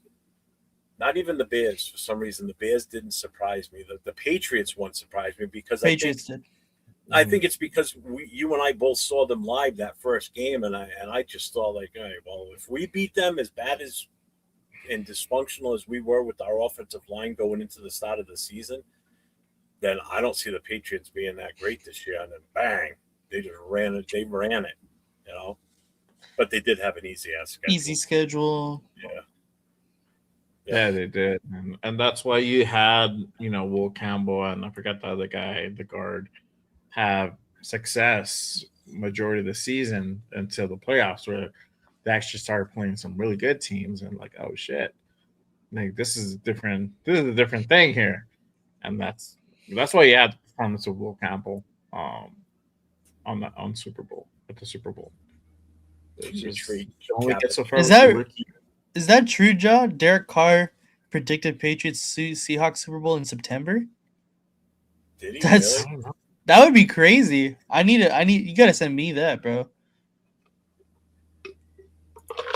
Yeah, I Alright, kept saying so- Bills. So Bills Reddit Rams. Knight says, why was Spy and Coop saying they need to evaluate Mendoza? All right. So they did come out and ask Kubiak what he thought about Mendoza. And his answer was basically plain and simple, and it makes sense. You know, he even said himself, he goes, I watched one game. He says, I watched the championship game. So here's a guy, he's an offensive coordinator. He's got shit that needs to do with his team. He doesn't have time to start it. That's what your scouting department's for. They put that shit together, and then you look at it when you get a chance, basically. So he was in a mindset of, coaching the team and running the offense for the entire season. And once the playoffs started, or getting close to the end of the play, you can forget him watching college film. He's got to get ready for the teams he has to play each week. He doesn't have time for that. Now he's got to go full speed and review as much as he can to get up to speed with what he sees in Mendoza, and if it's something he can work with. Because again, he may not want him. We don't know. Based on his response the other day, the jury's still out on whether he wants Mendoza or not. Do you feel different on that, Jay or Nate? When you saw that, I mean, did you get a feeling like that's who he wants? To me, I think it was just a matter of answering the question in a way because he doesn't have all the information yet.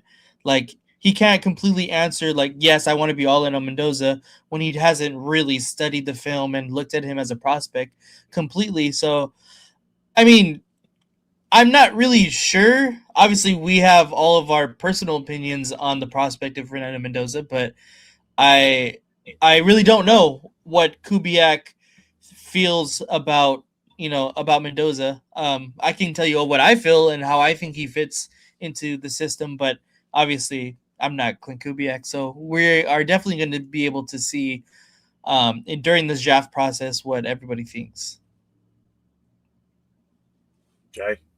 Yeah, I think he gave the right answer, bro. He said we got to evaluate.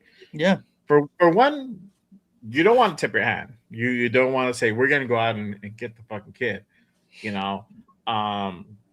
Two, you really want to do your homework. I tell you guys that all the time. Check out his tape. Do your homework. Look at his game film. Don't just look at the playoffs. Look at it as a whole. If are you still sold on him? And if you are, great. And if you're not, all right, cool. State why. And I think Kubiak, the way he is, that's a smart move. You want to go ahead and look at tape closely. You want to go ahead and talk to your scouts. What have they seen? Who have they talked to? Because the scouts are talking to everybody right now. I'm pretty sure they have somebody like talking to the friends, to the guys he went to school with, his high school coach, people at Cal, et cetera, et cetera. You can even go down birthday parties. Yeah, going down to the Pee Wees, you have pictures of Mendoza at the Pee Wees, so shit like that. He has to do his homework, and so, like I said the other day, Spytek, Brady, and now Kubiak need to sit down, need to have a serious, long, intimate conversation about Fernando Mendoza, and you got to ultimately decide are we going to drop this kid, and is he going to fit into our system? And if it's a yes and yes, then great, you go all in. And if it's a no, why is it a no? And then what is the plan to go ahead and trade back? And who is going to give us our maximum return? Who can give us a maximum return on investment on this number one pick, right? And that now you're going to have some showmanship, or you're going to have to sell this thing that people, you want to start licking shit that you're going to get Mendoza, until the phone starts ringing, and then you hear those offers, and then eventually you'll do your thing. But I think that's a smart move. I think you have to go ahead and look at the tip. It has to make sense for both. So Fernando and for Clint Kubiak. And is he going to be the best guy to be in the system on a long term basis, not just this season? Even if he plays this season, and that's another whole can of worms right there in itself. But in the long term basis, is he going to be the guy that's going to be efficiently more than efficient and at a high clip be able to run the offense? So, when was the last time you guys went to a high school, college, and/or pro football game? Last game I went to was December 14th, the Philly Raiders game in Philly. I went. I went to the Raider game on my birthday, which is November the 2nd. Well, not my birthday's not November the 2nd, but the Jaguar game was on November 2nd. College, I went to the UNM game versus New Mexico State. That rivalry. There's a big rivalry out here. Games too? Hey, Huh? I'm hey, sorry. Do you go to USC games? Yeah, I think I went to 2 or 3 SC games this year, and then I went to 4 Raider games. I think I went to 4 Raider games this year. You came here to New England. Yeah, here, You were LA. LA. Yes. I went to Raiders Giants, and technically I was there for Raiders Cowboys. Yeah, You were in the area. I was literally a block away from the stadium. So Yeah, see, in the area. but no high school games this year. Yeah, I didn't go to any high school games this year. Besides the college games around me, I'm in Rhode Island. The college games around here. Actually, Bryant's not bad. Bryant University is actually pretty You have decent. UConn, don't you? Huh? Don't you have UConn? like UConn? UConn's- Yeah. That's like a 2-3 hour ride. Really? Yeah. You don't go to any Ivy games, Ivy League games? No, I don't go up there. No, are you kidding me? I'm not going on Brown's campus. It's horrible over there. Is it really? Yeah, it's too many. First of all, it's not that great of an area. First of all, and the Brown college students, man, they're freaking weird, dude. Oh, They boy. are some weird Yeah. kids. Yeah. What about no, Providence? Does Providence have a football team? I know they're good at basketball. No, Providence College does not. You've got Brown University, Bryant College, and URI down in South Kingstown. Hmm. So those are the three main. Those are the only 3 football. Oh no, Salve Regina too, but they were in Newport. So you got 4 college teams here. The PCs for hockey and basketball. That's their famous. URI football, basketball, women's basketball especially. PC doesn't have a women's basketball team. So yeah, they're not that big around here. If I wanted to go and see like college, I'd go to Boston, like Boston College. Shit like Yeah. I was gonna say that like Boston College. Yeah, that. PC. UConn's a little bit too far for me from here. Not that I wouldn't go. It just I never really thought about going out there. Let's see. What is the percentage we draft men do? Is it 80, 70, or 50? Ooh. I think it's a little bit higher than 50% in my opinion. Probably 65. Right in between there. I say 80. 80 to me that's I feel around it, there. and I think you can be comfortable with saying that too, honestly. Yeah, 80 with 20%, and you gotta have that 20%. Right, because you just don't know. Yeah, but I feel like once Kubiak kind of sees the tape and you'll hear some shit and be like, okay, we're probably gonna get him. And all the mock drafts, like the medium mock drafts, are probably gonna have us like taking him at 1 anyway. So that also helps sell it, But yeah, I feel like 80% we're gonna go ahead and take Mendoza. Mark sold on him. You heard Mark. He's like, I would love to see him in a Raider uniform, but it's not up to me. Yeah, It's gonna be up to our general manager and I mean, talk coach. about him turning over a new leaf right now, and I think it Oh was. yeah. He definitely probably got a talking to as far as like, listen, you really want to put your money where your mouth is and turn this team around. Then let so and so do his job and let so and so do his thing, and we'll get this going in the right direction. Because I mean, Yeah. think about it. He's got a legacy he's going to leave behind. And right now, it's not a good one as owner of this team. You know, it's not good at all since he took over. You know, and now exactly. the last of the Davises. That's it. You know? Yeah. So yeah, you gotta give him his flowers. You didn't even see him up on the table, sitting at the table at the presser. He didn't even introduce Kubiak. He was just kind of chilling the cut, like, I'm here to kind of enjoy the show. And that's honestly that's that's what he should do. He shouldn't be so hands on anymore. Let's Spytech, to some degree let Brady kind of run the fucking drive the bus, bro. Sit back there and chill. Do what you do with the WNBA team. Just chill and just show up to the games, bro. That's all, and cut the check. That's all we need you to do. That's it. I think if everything goes right and Kubiak is here for the full 5 years and this team is turned around and going in the right direction and we're winning consistently and we're making playoff runs and everything, that's going to have a huge impact on Mark's legacy. He's going to be known as the guy that turned the team around after almost 15 years of god awful ownership and bad decision after bad decision. So he wants to see it happen, and then by him taking a back seat finally, it should hopefully happen. Yeah. And I think you were right too on what someone said in the chat. I know you said it too, Jay. I think we said it the other day too, that the way Kubiak answered the questions, he answered them like politically correct, basically. Like if he's running for office, he's answering the questions as not to, do any damage to what he's planning going forward and what the team's planning going forward. First of all, you're not going to come out and somebody says, "What do you think about Mendoza?"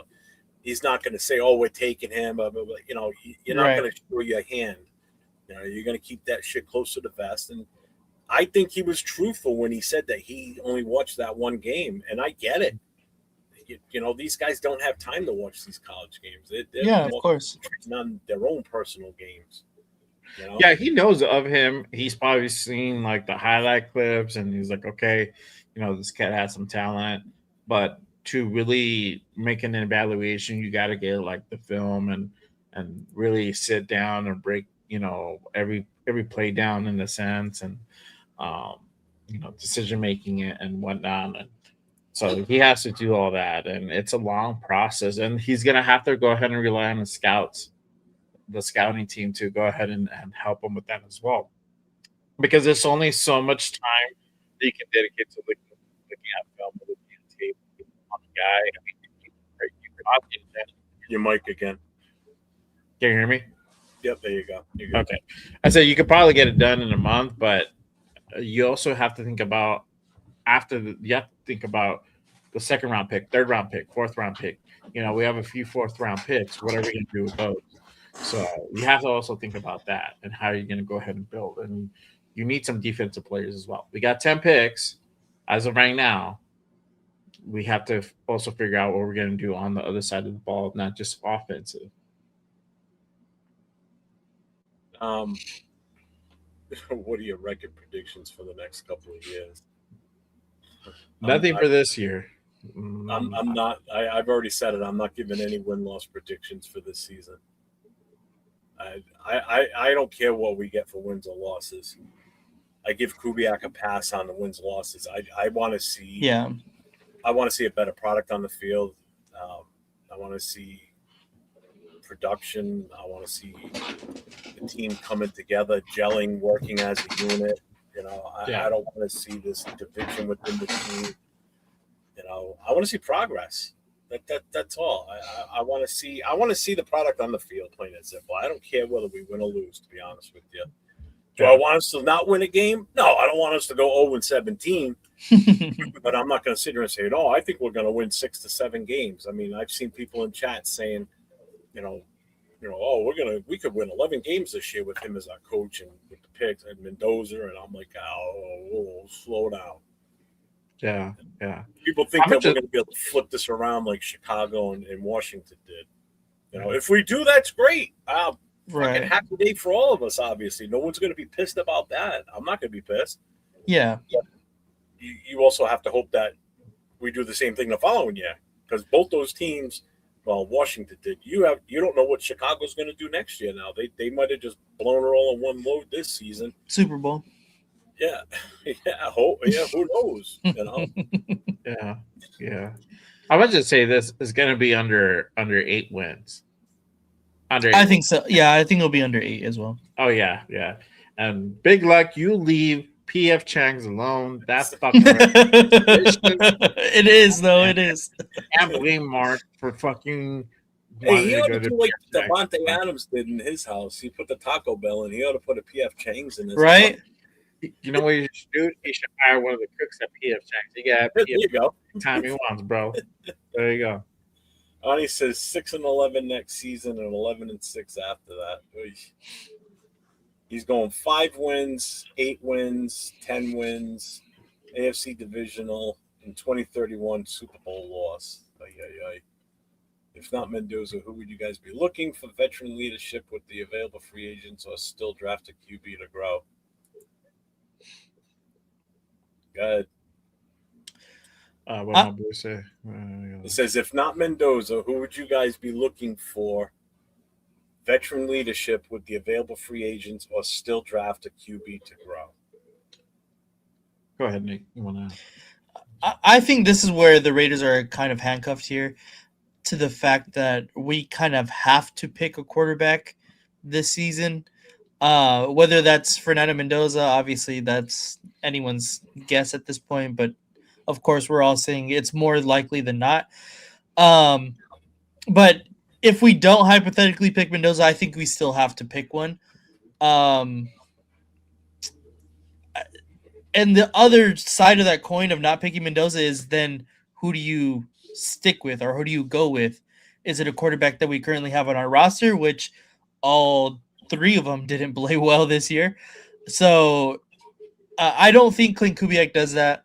The only person that maybe stays is probably AOC, but I don't know. That's still kind of a stretch too. We don't really know what's going to go happen with the quarterback room because it's kind of full already at this point. So somebody is leaving, and my guess is going to be Pickett. Yeah, because he's a free agent either way. So yeah, he's gone for sure, and Gino should be gone too. And and the reason why I say even though he's under contract, the way that he played this year, not just that, but the way he treated Raider Nation, I think, and just kind of the accountability and just really relying on Pete to kind of bail him out and defend him all the time. I don't think that's definitely not going to fly with Klint. But I just think his attitude and the way he feels about this fan base and everything, even though he apologized or whatever, I think it's clear cut. You don't want that dude in the building, for whatever resentment he feels. I mean, we were pretty hard on him. We were critical. I'm not with fucking exception. I've dug into that dude, but hey, rightfully so, bro. I mean, he was out there fucking, trying to buy for the best, trying to buy for the defensive player of the year. And he was out there just throwing fucking picks left and right. So how can you not criticize that? And obviously I know he didn't like it. I mean, so much so that he went ahead and unfollowed the Raiders off all social media. Mm-hmm. So I think you have to get rid of him. You have to let him move on. We move on. That marriage just did not work. But the worst thing you could do is have him in the building. You drop Fernando Mendoza or you drop a different rookie. Now you run the risk of poisoning the well. And that's exactly when you're trying to build culture, your new coach, your new staff, you want to be able to build the culture the right way. You want to have good attitudes in the building. You don't want to have a negative Nancy or a sour grapes, from the previous regime that just didn't work out. Max feeling what he feels. Max has been here forever and a day, and we, at the end, he has the right to feel that, honestly. Right, exactly, because he's been here for so long. He's rocked. He's rocked with us for so long. we know where he stands. That's the exception. But a guy like Gino is not. A guy like Devin White is not the exception. These guys, if we know where their attitudes were at, they're probably not going to be here in a few weeks. So that's just kind of the way I see it. It's just you got to go ahead and get rid of the guy. It's probably be AOC. If it's another veteran, we probably get somebody from free agency. You have to draft a quarterback. If it's not Fernando, just like Nate said, Ty Simpson, Chamberlain, Nussmeier. That's another guy to go ahead and kind of keep your eye on. So you draft a quarterback no matter what. Now the question is, it's going to be at number 1 or is it going to be at a different round?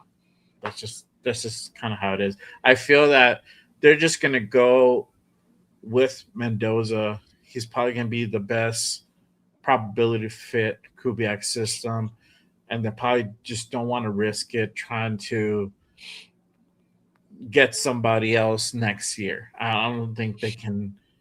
I don't think they'll have the balls for that. If I have to be honest about that, I don't think they'll do that. I think they'll play the safer route and get their guy this year and build off of them. If really Fernando's just a complete no, then you'll see that trade back happen. I know Money Chuck said it here too. It says next season we play 9 playoff teams. I'm guessing about 4 to 7 wins at best. I know a lot of you guys in here saying 8 wins, 9 wins, 7 wins. Well, what's going to happen? What's going to be your take when they say we only win 3 games next year? Is that considered a failure for you guys if you're thinking that many wins? Like, say we just have the same exact record we just had now. Do you think that's a failure for the year? I think it depends on how it looks. Obviously, this season it looked bad, like really bad. Yeah, you said exactly what I was hoping you were going to say. Yeah. And we knew it was going. We knew that we're not going to have a good year, but the way it just looked on the field was just like, fuck, bro. What the fuck is going on over here? Like, what are we doing? Yeah. What are we doing? And like, there was no progression. So if we would have won 5 games as opposed to the 3 or the 4, right? And let's say with Pete, the Pete era, right? Pete being here, we won 5 games. And they would have like, all right, cool. We're working towards something. It's 5 wins, one more game than last year. We're at least heading into the right direction. This past season we went reverse. So it's like, how can you justify that dude still being here? And then the way that the team just looked out there, like so poorly. It just was not going to happen. If Pete would still be here, we're probably going to have another 3-14 season, maybe less, maybe 2 wins. It would have been that bad. Look, we've been rebuilding for the past 20 years since 2002. Let's say we go all in this offseason with big contracts, best players, and it doesn't work out. How long does that set us back? Well, first of all, that's not what they're going to do. That's not what this year is going to be about. With a brand new head coach coming in, the number 1 overall draft pick, the amount of needs we have, we don't have the luxury of going and spending money for big, best players available and big ass contracts and all these shiny names. This is where the scouting team is going to play such an integral part this year, more so than ever, because number 1, you've got a brand new head coach coming in here. So he has to get acclimated to everything that goes on within the organization. He has to set up his entire system the way that he likes it for himself and his coaching staff. So they're not going to be running out there and taking these big contract chances, going for these big shiny players. They're going to be building this team through free agency to some extent and actually doing their homework and investigating into these players that are coming out in the draft and taking what's best available. That's going to help this team grow in the vision that they've got as the coaching staff. So this isn't going to be like what it was last year. Pete Carroll tried doing what you just said right here last year, but he didn't do a good job of it because he really didn't bring in anybody big and flashy and spend big money on contracts. He was in a win now mode, and he said it himself. we're here to win, and we're going to win 10 games, and he fell short by 7. So that's not going to be this season. This season's going to be different because I think Spytek's got a grab of this year. He's got a handle on this, and it's going to be the way that him and Kubiak and obviously Tom Brady in there somewhere. It's going to be their vision on what they want to do. They want to put a winning product on the field. It's going to take time. It's not going to be an overnight success. So I don't think so. This doesn't even happen. What you say here, to be honest with you, I don't think that's even I don't even think they're thinking. We're not going to get big contracts like that. You might see a couple, but you're not going to see like everything is a fucking home run. It's not going to look like that. You're going to get guys that are complimentary. The big names that you probably see is just offensive linemen, and maybe Raheed Shaheed comes here, and I think that'll probably be the biggest drop in the bucket because he's a free agent this year, and that'll probably be a guy that Kubiak goes after because of the familiarity. They just won the fucking Super Bowl together.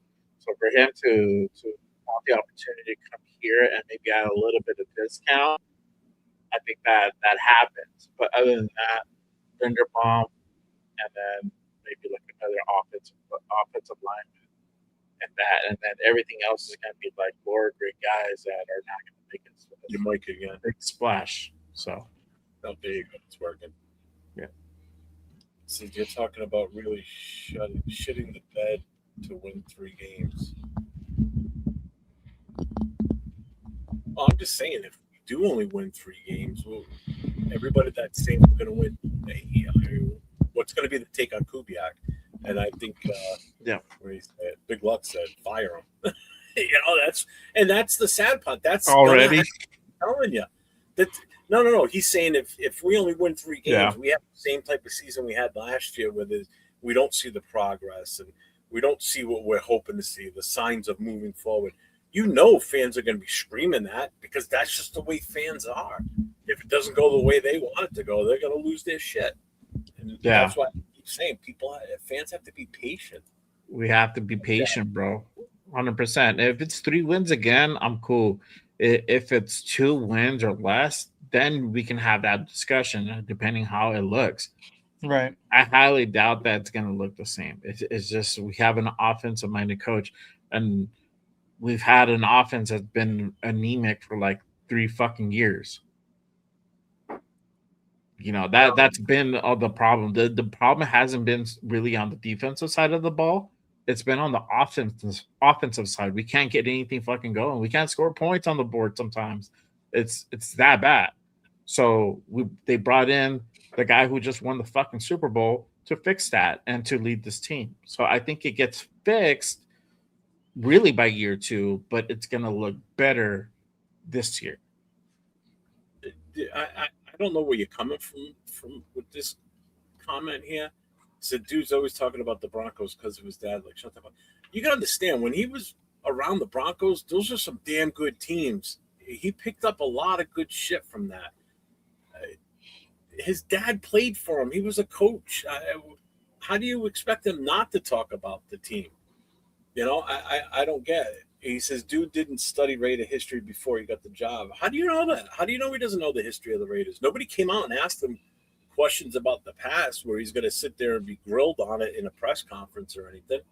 So you don't know what he knows and what he doesn't know.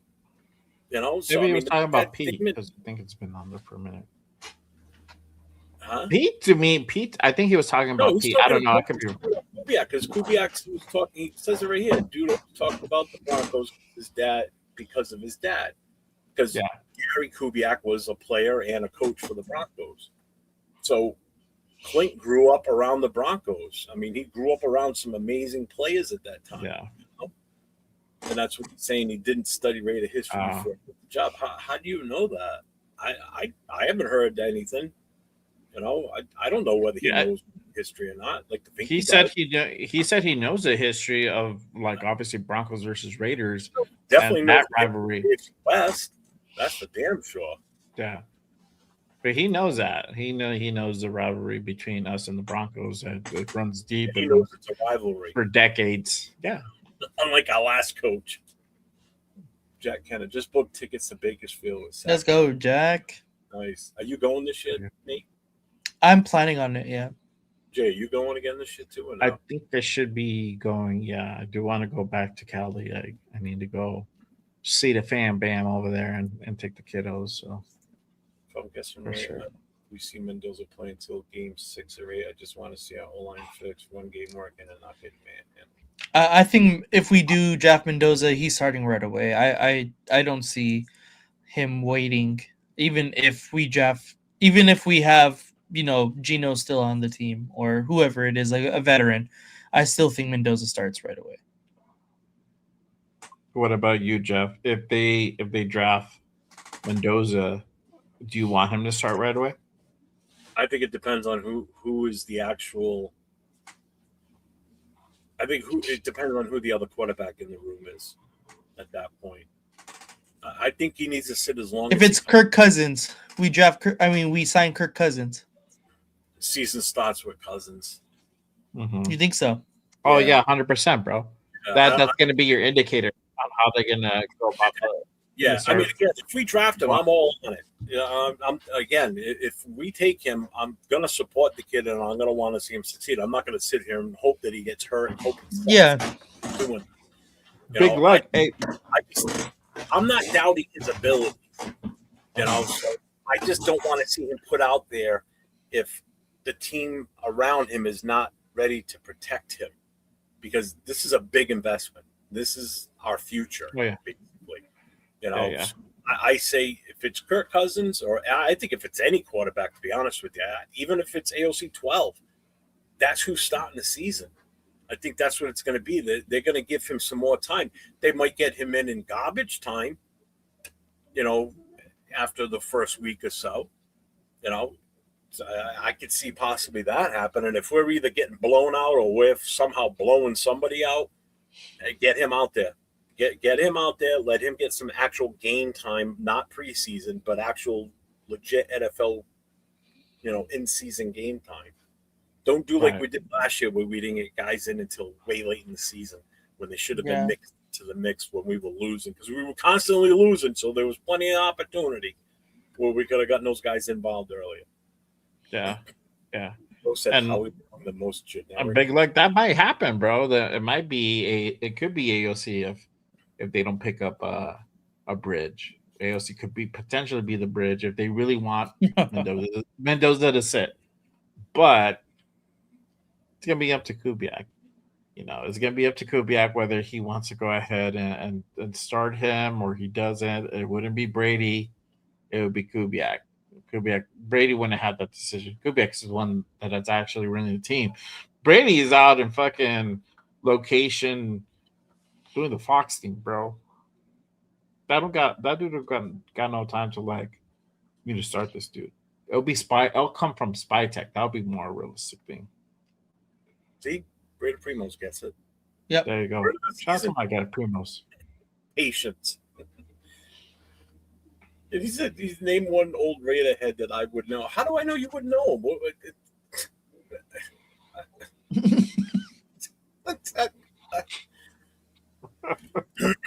In today's day and age, I could say a name and you do 2 seconds. You're gonna have it typed in somewhere and you're gonna know it. 15 years ago, it should be reversed, dog. It should be reversed. You put out a name. Well, he's gonna just Google one. Yeah, that's true. There you go. I'm giving Kubiak 2 years. 2027 is the year we're a playoff team. Jeez. Just said it, Ja Raider. Patience. Where are we with the rumors? I can't wait for the online coach. We already covered the rumors. What was your take on the Super Bowl? What did you guys think? It was kind of boring. Honestly, kind of boring. Was boring. Yeah, right. I was expecting it to be a lot higher offensive power. We didn't see that, but man, did the defenses on both sides play out of their minds, bro. Christian Yeah. Gonzalez completely. Oh my goodness, Christian Gonzalez was nasty that game. Oh yeah, bro. He was so good. Yep. Yeah. Almost nearly single-handedly keeping them in the game the entire time. Oh yeah, for sure. He was so good. And Yeah. every time he would make a play, I'd be like, Tyree Wilson. Yeah. Tyree Wilson. Totally. 100%, dude. It's like, God damn it. You know, and I thought the funny thing, too, was, you know, Will Campbell looked okay during the season, but again, that shows you how weak their schedule was, because once they got to the playoffs, that offensive line was getting rolled. Mm. I mean, Drake made 21 sacks. He got sacked 21 times. He broke an NFL record for most sacks in a playoff run in one season. 21 sacks, 6 in the Super Bowl. When was the last time you heard 6 sacks in the Super Bowl? It's crazy. That's insane. That's wild, bro. Philly Wow. sacked Mahomes pretty good, I think, in the Super Bowl last year, didn't they? I think Tampa did too. Yeah. But still, 6 sacks, that's a lot, man. He was running for his damn life out there. But, I mean, the first half was boring, yes. It was slow. But second half, I was much better. Yeah, Yeah. 1,000%. Yeah. Once and this is again, got to give Kubiak his flowers. He was able to go ahead and find a way to open up and get through Mike Vrabel's fucking defense, bro. That defense was on point. Mm-hmm. And and this is what you get with a guy like Klint Kubiak, and that's what I'm saying. Like I said on Monday, it's like if this doesn't fucking show you, if you weren't sold on Klint Kubiak before, you should be fucking sold on him now. The guy went out there, put up 2 touchdowns, but their offense was struggling the first half. They couldn't get anything going. They had some 3 and outs. They performed better than the Patriots offense, but they couldn't get. They're fucking up in the red zone. They couldn't score a touchdown the first half. So he had to go ahead and adjust that up. And then, sure enough, once they started running the ball more, they were able to go ahead and open up the air game with the play action. So that's all Klint Kubiak. That's just scheming. So if you weren't sold on him before, go ahead and watch the second half of the Super Bowl.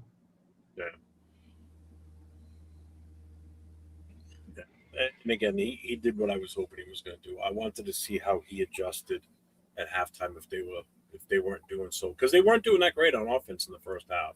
Mm-hmm. Second half, they came out like a different team. Granted, Kenneth Walker was still having a really good first half. Oh yeah. Given that. So I think overall it was a decent Super Bowl. And I get you, Money Chuck. I don't think they were the best ever either. Best ever defense. I mean, they were damn good. They're up near the tops, but I don't think they were the best ever. You know, 100%. 100%. Don't trip. 100%, bro. Watched the game live myself. That '85 Bears team was still amazing because they really didn't have much of an offense, and we're talking about a team that had Walter Payton. 2000s Ravens. They were. Yeah, they're up there too.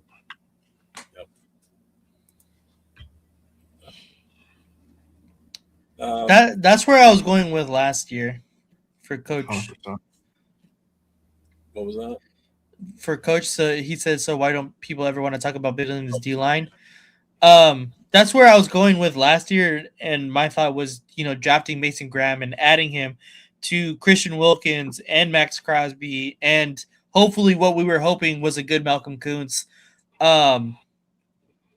Because we seen in the Super Bowl that Philly got to Patrick Mahomes, and that is exactly what you said in your next comment here. That's exactly how we have to get to these quarterbacks, is you have to do with a 4-man rush without sending your extra linebackers, because they're just going to pick off people, whoever the linebacker or wherever the vacant spot is going to be. The quarterbacks in our division are too good, and the coaching is too good. They're going to be able to scheme it all open. So I completely agree that it's a big piece of our defense that needs to be addressed, and I feel like hasn't been addressed. And hopefully once we get that DC, we're going to have a lot better knowledge on what his philosophy is as far as building that defensive line. What I mean, you have a little bit of talent and like Lualu and then Thomas Booker. I like Yeah. Thomas Booker. I like Thomas But Booker too. in the draft, you can go ahead and potentially get some guys too. I think this is going to be a good class for like the D tackles and like Mhm. edges that are coming out. I mean, anybody from fucking the Texas Tech defense is probably going to be a good guy to go ahead and go after. They had a fucking great fucking defense, They slowed down Oregon a lot in the playoffs. So anybody from that defense, from Texas Tech, they play defense, you definitely want to go ahead and keep an eye on. But yeah, like you said, whoever they get defensive coordinator is also, what their philosophy is, how they're going to go ahead and run that defense is going to be important. So, Mhm. yeah. What's my favorite halftime show? Kendrick, neither one of them. Neither one of them. I lean more on Kendrick. I like Bad Bunny though. He's cool. But I thought this one was stupid this year. But you don't like the jungle? Well, have you seen any of the camera angles from people up in the stands watching the game? You couldn't even No. see. I seen that. Yeah, I seen that. You can't see anything. All you're seeing is grass on grass in the field. You couldn't tell where he was. You couldn't even see him from up anywhere in the stadium for the most part. Oh, really? Yeah.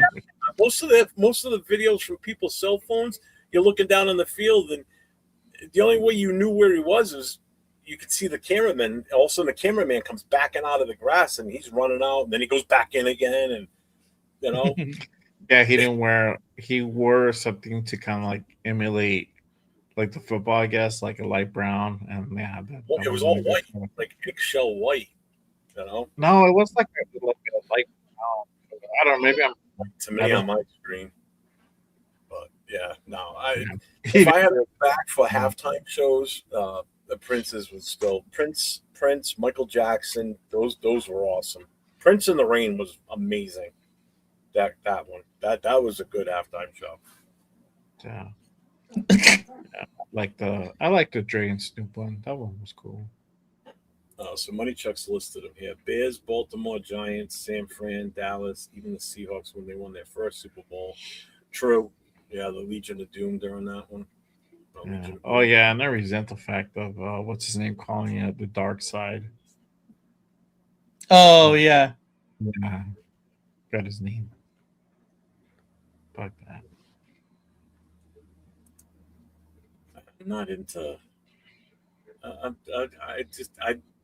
don't listen to new music. So Kendrick, I watched it last year, but it is what it is. It wasn't good, Jeff. It's all right. You can say it. It's not. A lot of this new music just sucks. I'm sorry. Jeff's all about CCR, bro. I don't even like Credence. I do not like Credence. That's crazy. I'm telling you, if that shit hits on anything I'm listening on, bang, I'm skipping it. I don't listen to them. I'm not a fan of Credence. Not at all. It's not on this playlist. Yeah, Whitney Houston wasn't bad. Maybe some like Megadeth or good. something like that. YouTube was good. Aerosmith was gross. That was a bad one.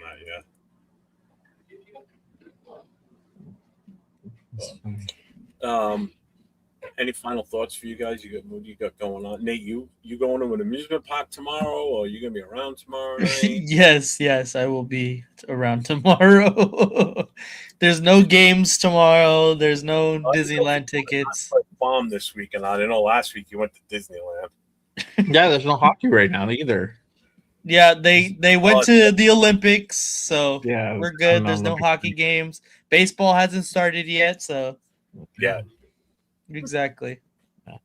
It's only Olympics. All right, so you will see Nate and I tomorrow night on Raiders Coast to Coast. We got to come up with something good tomorrow night because we're just rehashing the same shit. Yeah, definitely. We got to do a game tomorrow night. Yeah. I'm down. Never know. There might be a a name that gets dropped tomorrow. Maybe they'll announce Yeah, they'll take what Mantena's to talk about, and then we'll. I know, huh? Hey, we Let's- hired so and so as the assistant tight end coach. Okay, What do you think about him? I don't even know him. I don't even know who he is. Never heard of him. No, they'll probably say they bought out Jim Short's contract and be like, oh shit. Yeah, Boom. See, I would like that. I don't know if that's gonna happen tomorrow, but Yeah, we'll see. right. Exactly. That's kind of wishful thinking, but you know, it's real quick. Speaking of halftime shows, the one I thought they would have done when we hosted it at Allegiant, I thought what would have been a really good halftime show would have been doing Wayne a Newton. tribute to all the old, like original Vegas acts. You know, like the Frank. But that's the Sinatra. problem is they're old. But you know what I'm getting at, though. Stop it. No, Liz. I know. You know, like Elvis Presley. You know, all doing all that in Vegas. That would have made sense. That would have totally made sense doing that in Vegas. The first time ever hosting a Super Bowl in Vegas. Why not pay homage to what the Vegas shows used to be like back in the day? Like, you know, you doing a Rat Pack thing, and Elvis and Neil Diamond, all that stuff. You know, you'd have like a whole slurry of them out there. That Was would've that the Usher year? That was the Usher year. I don't remember, bro. I don't remember. was that the one with all the mirrors and shit? You got sick watching it. I don't remember. So I what would think you it have was like the Usher like year. fucking impersonators? and Weekend. shit? Was it the weekend at Vegas? The weekend Maybe is who you're thinking of, but I don't Yeah. know if it was. Vegas though? That sounds right. If it was in Vegas, I forget who the act was for the Vegas. it was either the Weeknd or Usher, though. It's one of those two guys. Yeah, I think it was Usher. I You know what? I remember think something it with was Usher. he was already in Vegas. Usher halftime show or something. Oh, he had the residence. He had his residency that year. I think that's what it was. I think it was him. Yeah, I don't remember. I honestly don't. for sure. It was. Yeah, Usher. see, the Big Luck says it was Usher. There you go. Yeah. I remember he like seeing the Usher, like the halftime show with Usher. Yeah. Yeah, for sure. Yeah, that one kind of made you kind of sick watching that one. Just all the moving around inside the mirrors and everything. I think you got to take your freaking Dramamine before you start that one. Jeff's AI music is easier on the ears than the shit on radio nowadays. Yeah, you're not kidding. I can't stand that stuff now. Damn, Jeff, way older than me with Elvis. Yeah, who would you have sing Elvis? Like, are you gonna get an impersonator? Fucking, You're gonna get Austin Butler to go sing Elvis. If you I watch, know, right? if you watch America's Got Talent a couple of years ago, they had this guy come up and he did it's like a computer generated image of, like, say you yourself, like Jay. It's your image, but you're singing like an Elvis song. You know, then this guy came out. He did the singing himself, but the image was a computer image of the actual Elvis from back in the day singing the song, but it was this guy's voice singing instead. I mean, it was actually pretty cool to watch as he was. Yeah, I mean that would be cool for them. Well, we might get the Super Bowl. I think in 2029. I read somewhere. Yeah, it is. on Instagram. I think so. Yeah. I think next year is in LA at SoFi. And Yeah. I think the year after it's Atlanta at the Mercedes-Benz, and I think we're gonna bid on for 29. So they might. You never know. I think it's already set. Stadium. I don't know. I think I don't know if they have it, but like a bid and then do like an AI version of that, where you have a couple of like Elvis and then but it's on a screen and it looks realistic, and then you have like Wayne Newton and so some still living Vegas performers, but then you get like a current guy to like cap it off, and then hit that. The last like 5 minutes, 6 minutes The hard. first Super Bowl in Vegas, you didn't do anything to pay respects to the actual city itself for what it was known for. Not the gambling, but like all the shows, because that's what a lot of people go there for, not just the gambling too.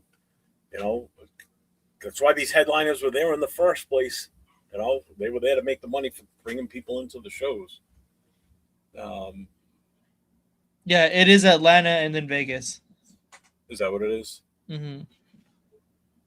So hey, we could be playing in our own stadium by then. Who knows? We could play a Hey, Super- that might be a realistic thing, bro. It's possible. Mhm. Possible. So Jay, what do you got going on? You got anything coming up? I don't have anything coming up for the rest of this week. I'll be back next Monday with brand new Raiders Unfiltered. So make sure you guys go ahead and tap in for that. Hit the notification in case something in news goes down. A coach gets named. I'll go ahead and do a pop up show, and we'll go ahead and talk about it. But yeah, next Monday I'll be back home. Plus, we're gonna celebrate. Oh, shout out to my boy who's over there, cranky as fuck. He's about to turn a year old, so we're probably gonna Nice. celebrate his 1 year this weekend. Hopefully, he doesn't get sick. I think he's sick. Hopefully, he gets better, and we can take him to the zoo and do some fun shit. But his birthday is next Tuesday, so he'll be a year old. Damn, a year flies by, bro. For real. And then Nate, you got anything else going on besides you and I tomorrow night? No, just tomorrow night. Yeah, that's really it. That's it. All right. So yeah, you'll see Nate and I tomorrow night, Raiders Coast to Coast, 10 o'clock Eastern, 7 o'clock Pacific. Again, make sure you guys hit all the channels, hit the subs, hit the notifications, hit the thumbs up, and make sure you guys definitely check in over at Nate's channel. We got to get his numbers back up there. We got to get him climbing. So I got nothing else. We good? All good. Peace Yeah, out, everybody. Stay safe and go Raiders, baby. Peace. Raider Nation. It's time to connect. Leo, Jay, Nate, Jeff, right. Yeah, silver and black. The crew is insane. Breaking down the madness before you can blink. Another week, wow, another storyline. But the Raider connection keeps it all in line. From Vegas lights to the East Coast grind, we talk that truth, no filter, no rewind. Four voices strong, so buckle in tight. It's time to bring the nation to life tonight. This is the Raider Connection Show, where the silver and black stories flow. Leo, J, Nate, and Jeff on go, breaking every play down blow by blow. R and 4L, you already know. Welcome to the Raider Connection Show. Leo with the facts, breaking down the scene. Jay brings a fire, keeping takes real mean. Nate on the road with the vibe and the view. And Jeff swings heavy when the nation needs truth. Wins or losses, we show up proud. Raising Raider Nation, loud and loud. Hit that chat, pull up, don't wait. This is family, this is connection, this is fate. Silver shields up, the energy grows. Four voices united everywhere that it goes. Every first down, every heart rate hit. Raider Nation stays locked, we don't quit. This is the Raider Connection Show, where the silver and black stories flow. Kaleo, J, Nate, and Jeff on go, breaking every play down blow by blow. R and 4L, that's how we roll. Welcome to the Raider Connection Show. So grab your drink, hit subscribe, let's ride. Raider Nation strong, we never divide. From kickoff to the final echo, you're tuned into the Raider Connection Show. Hey!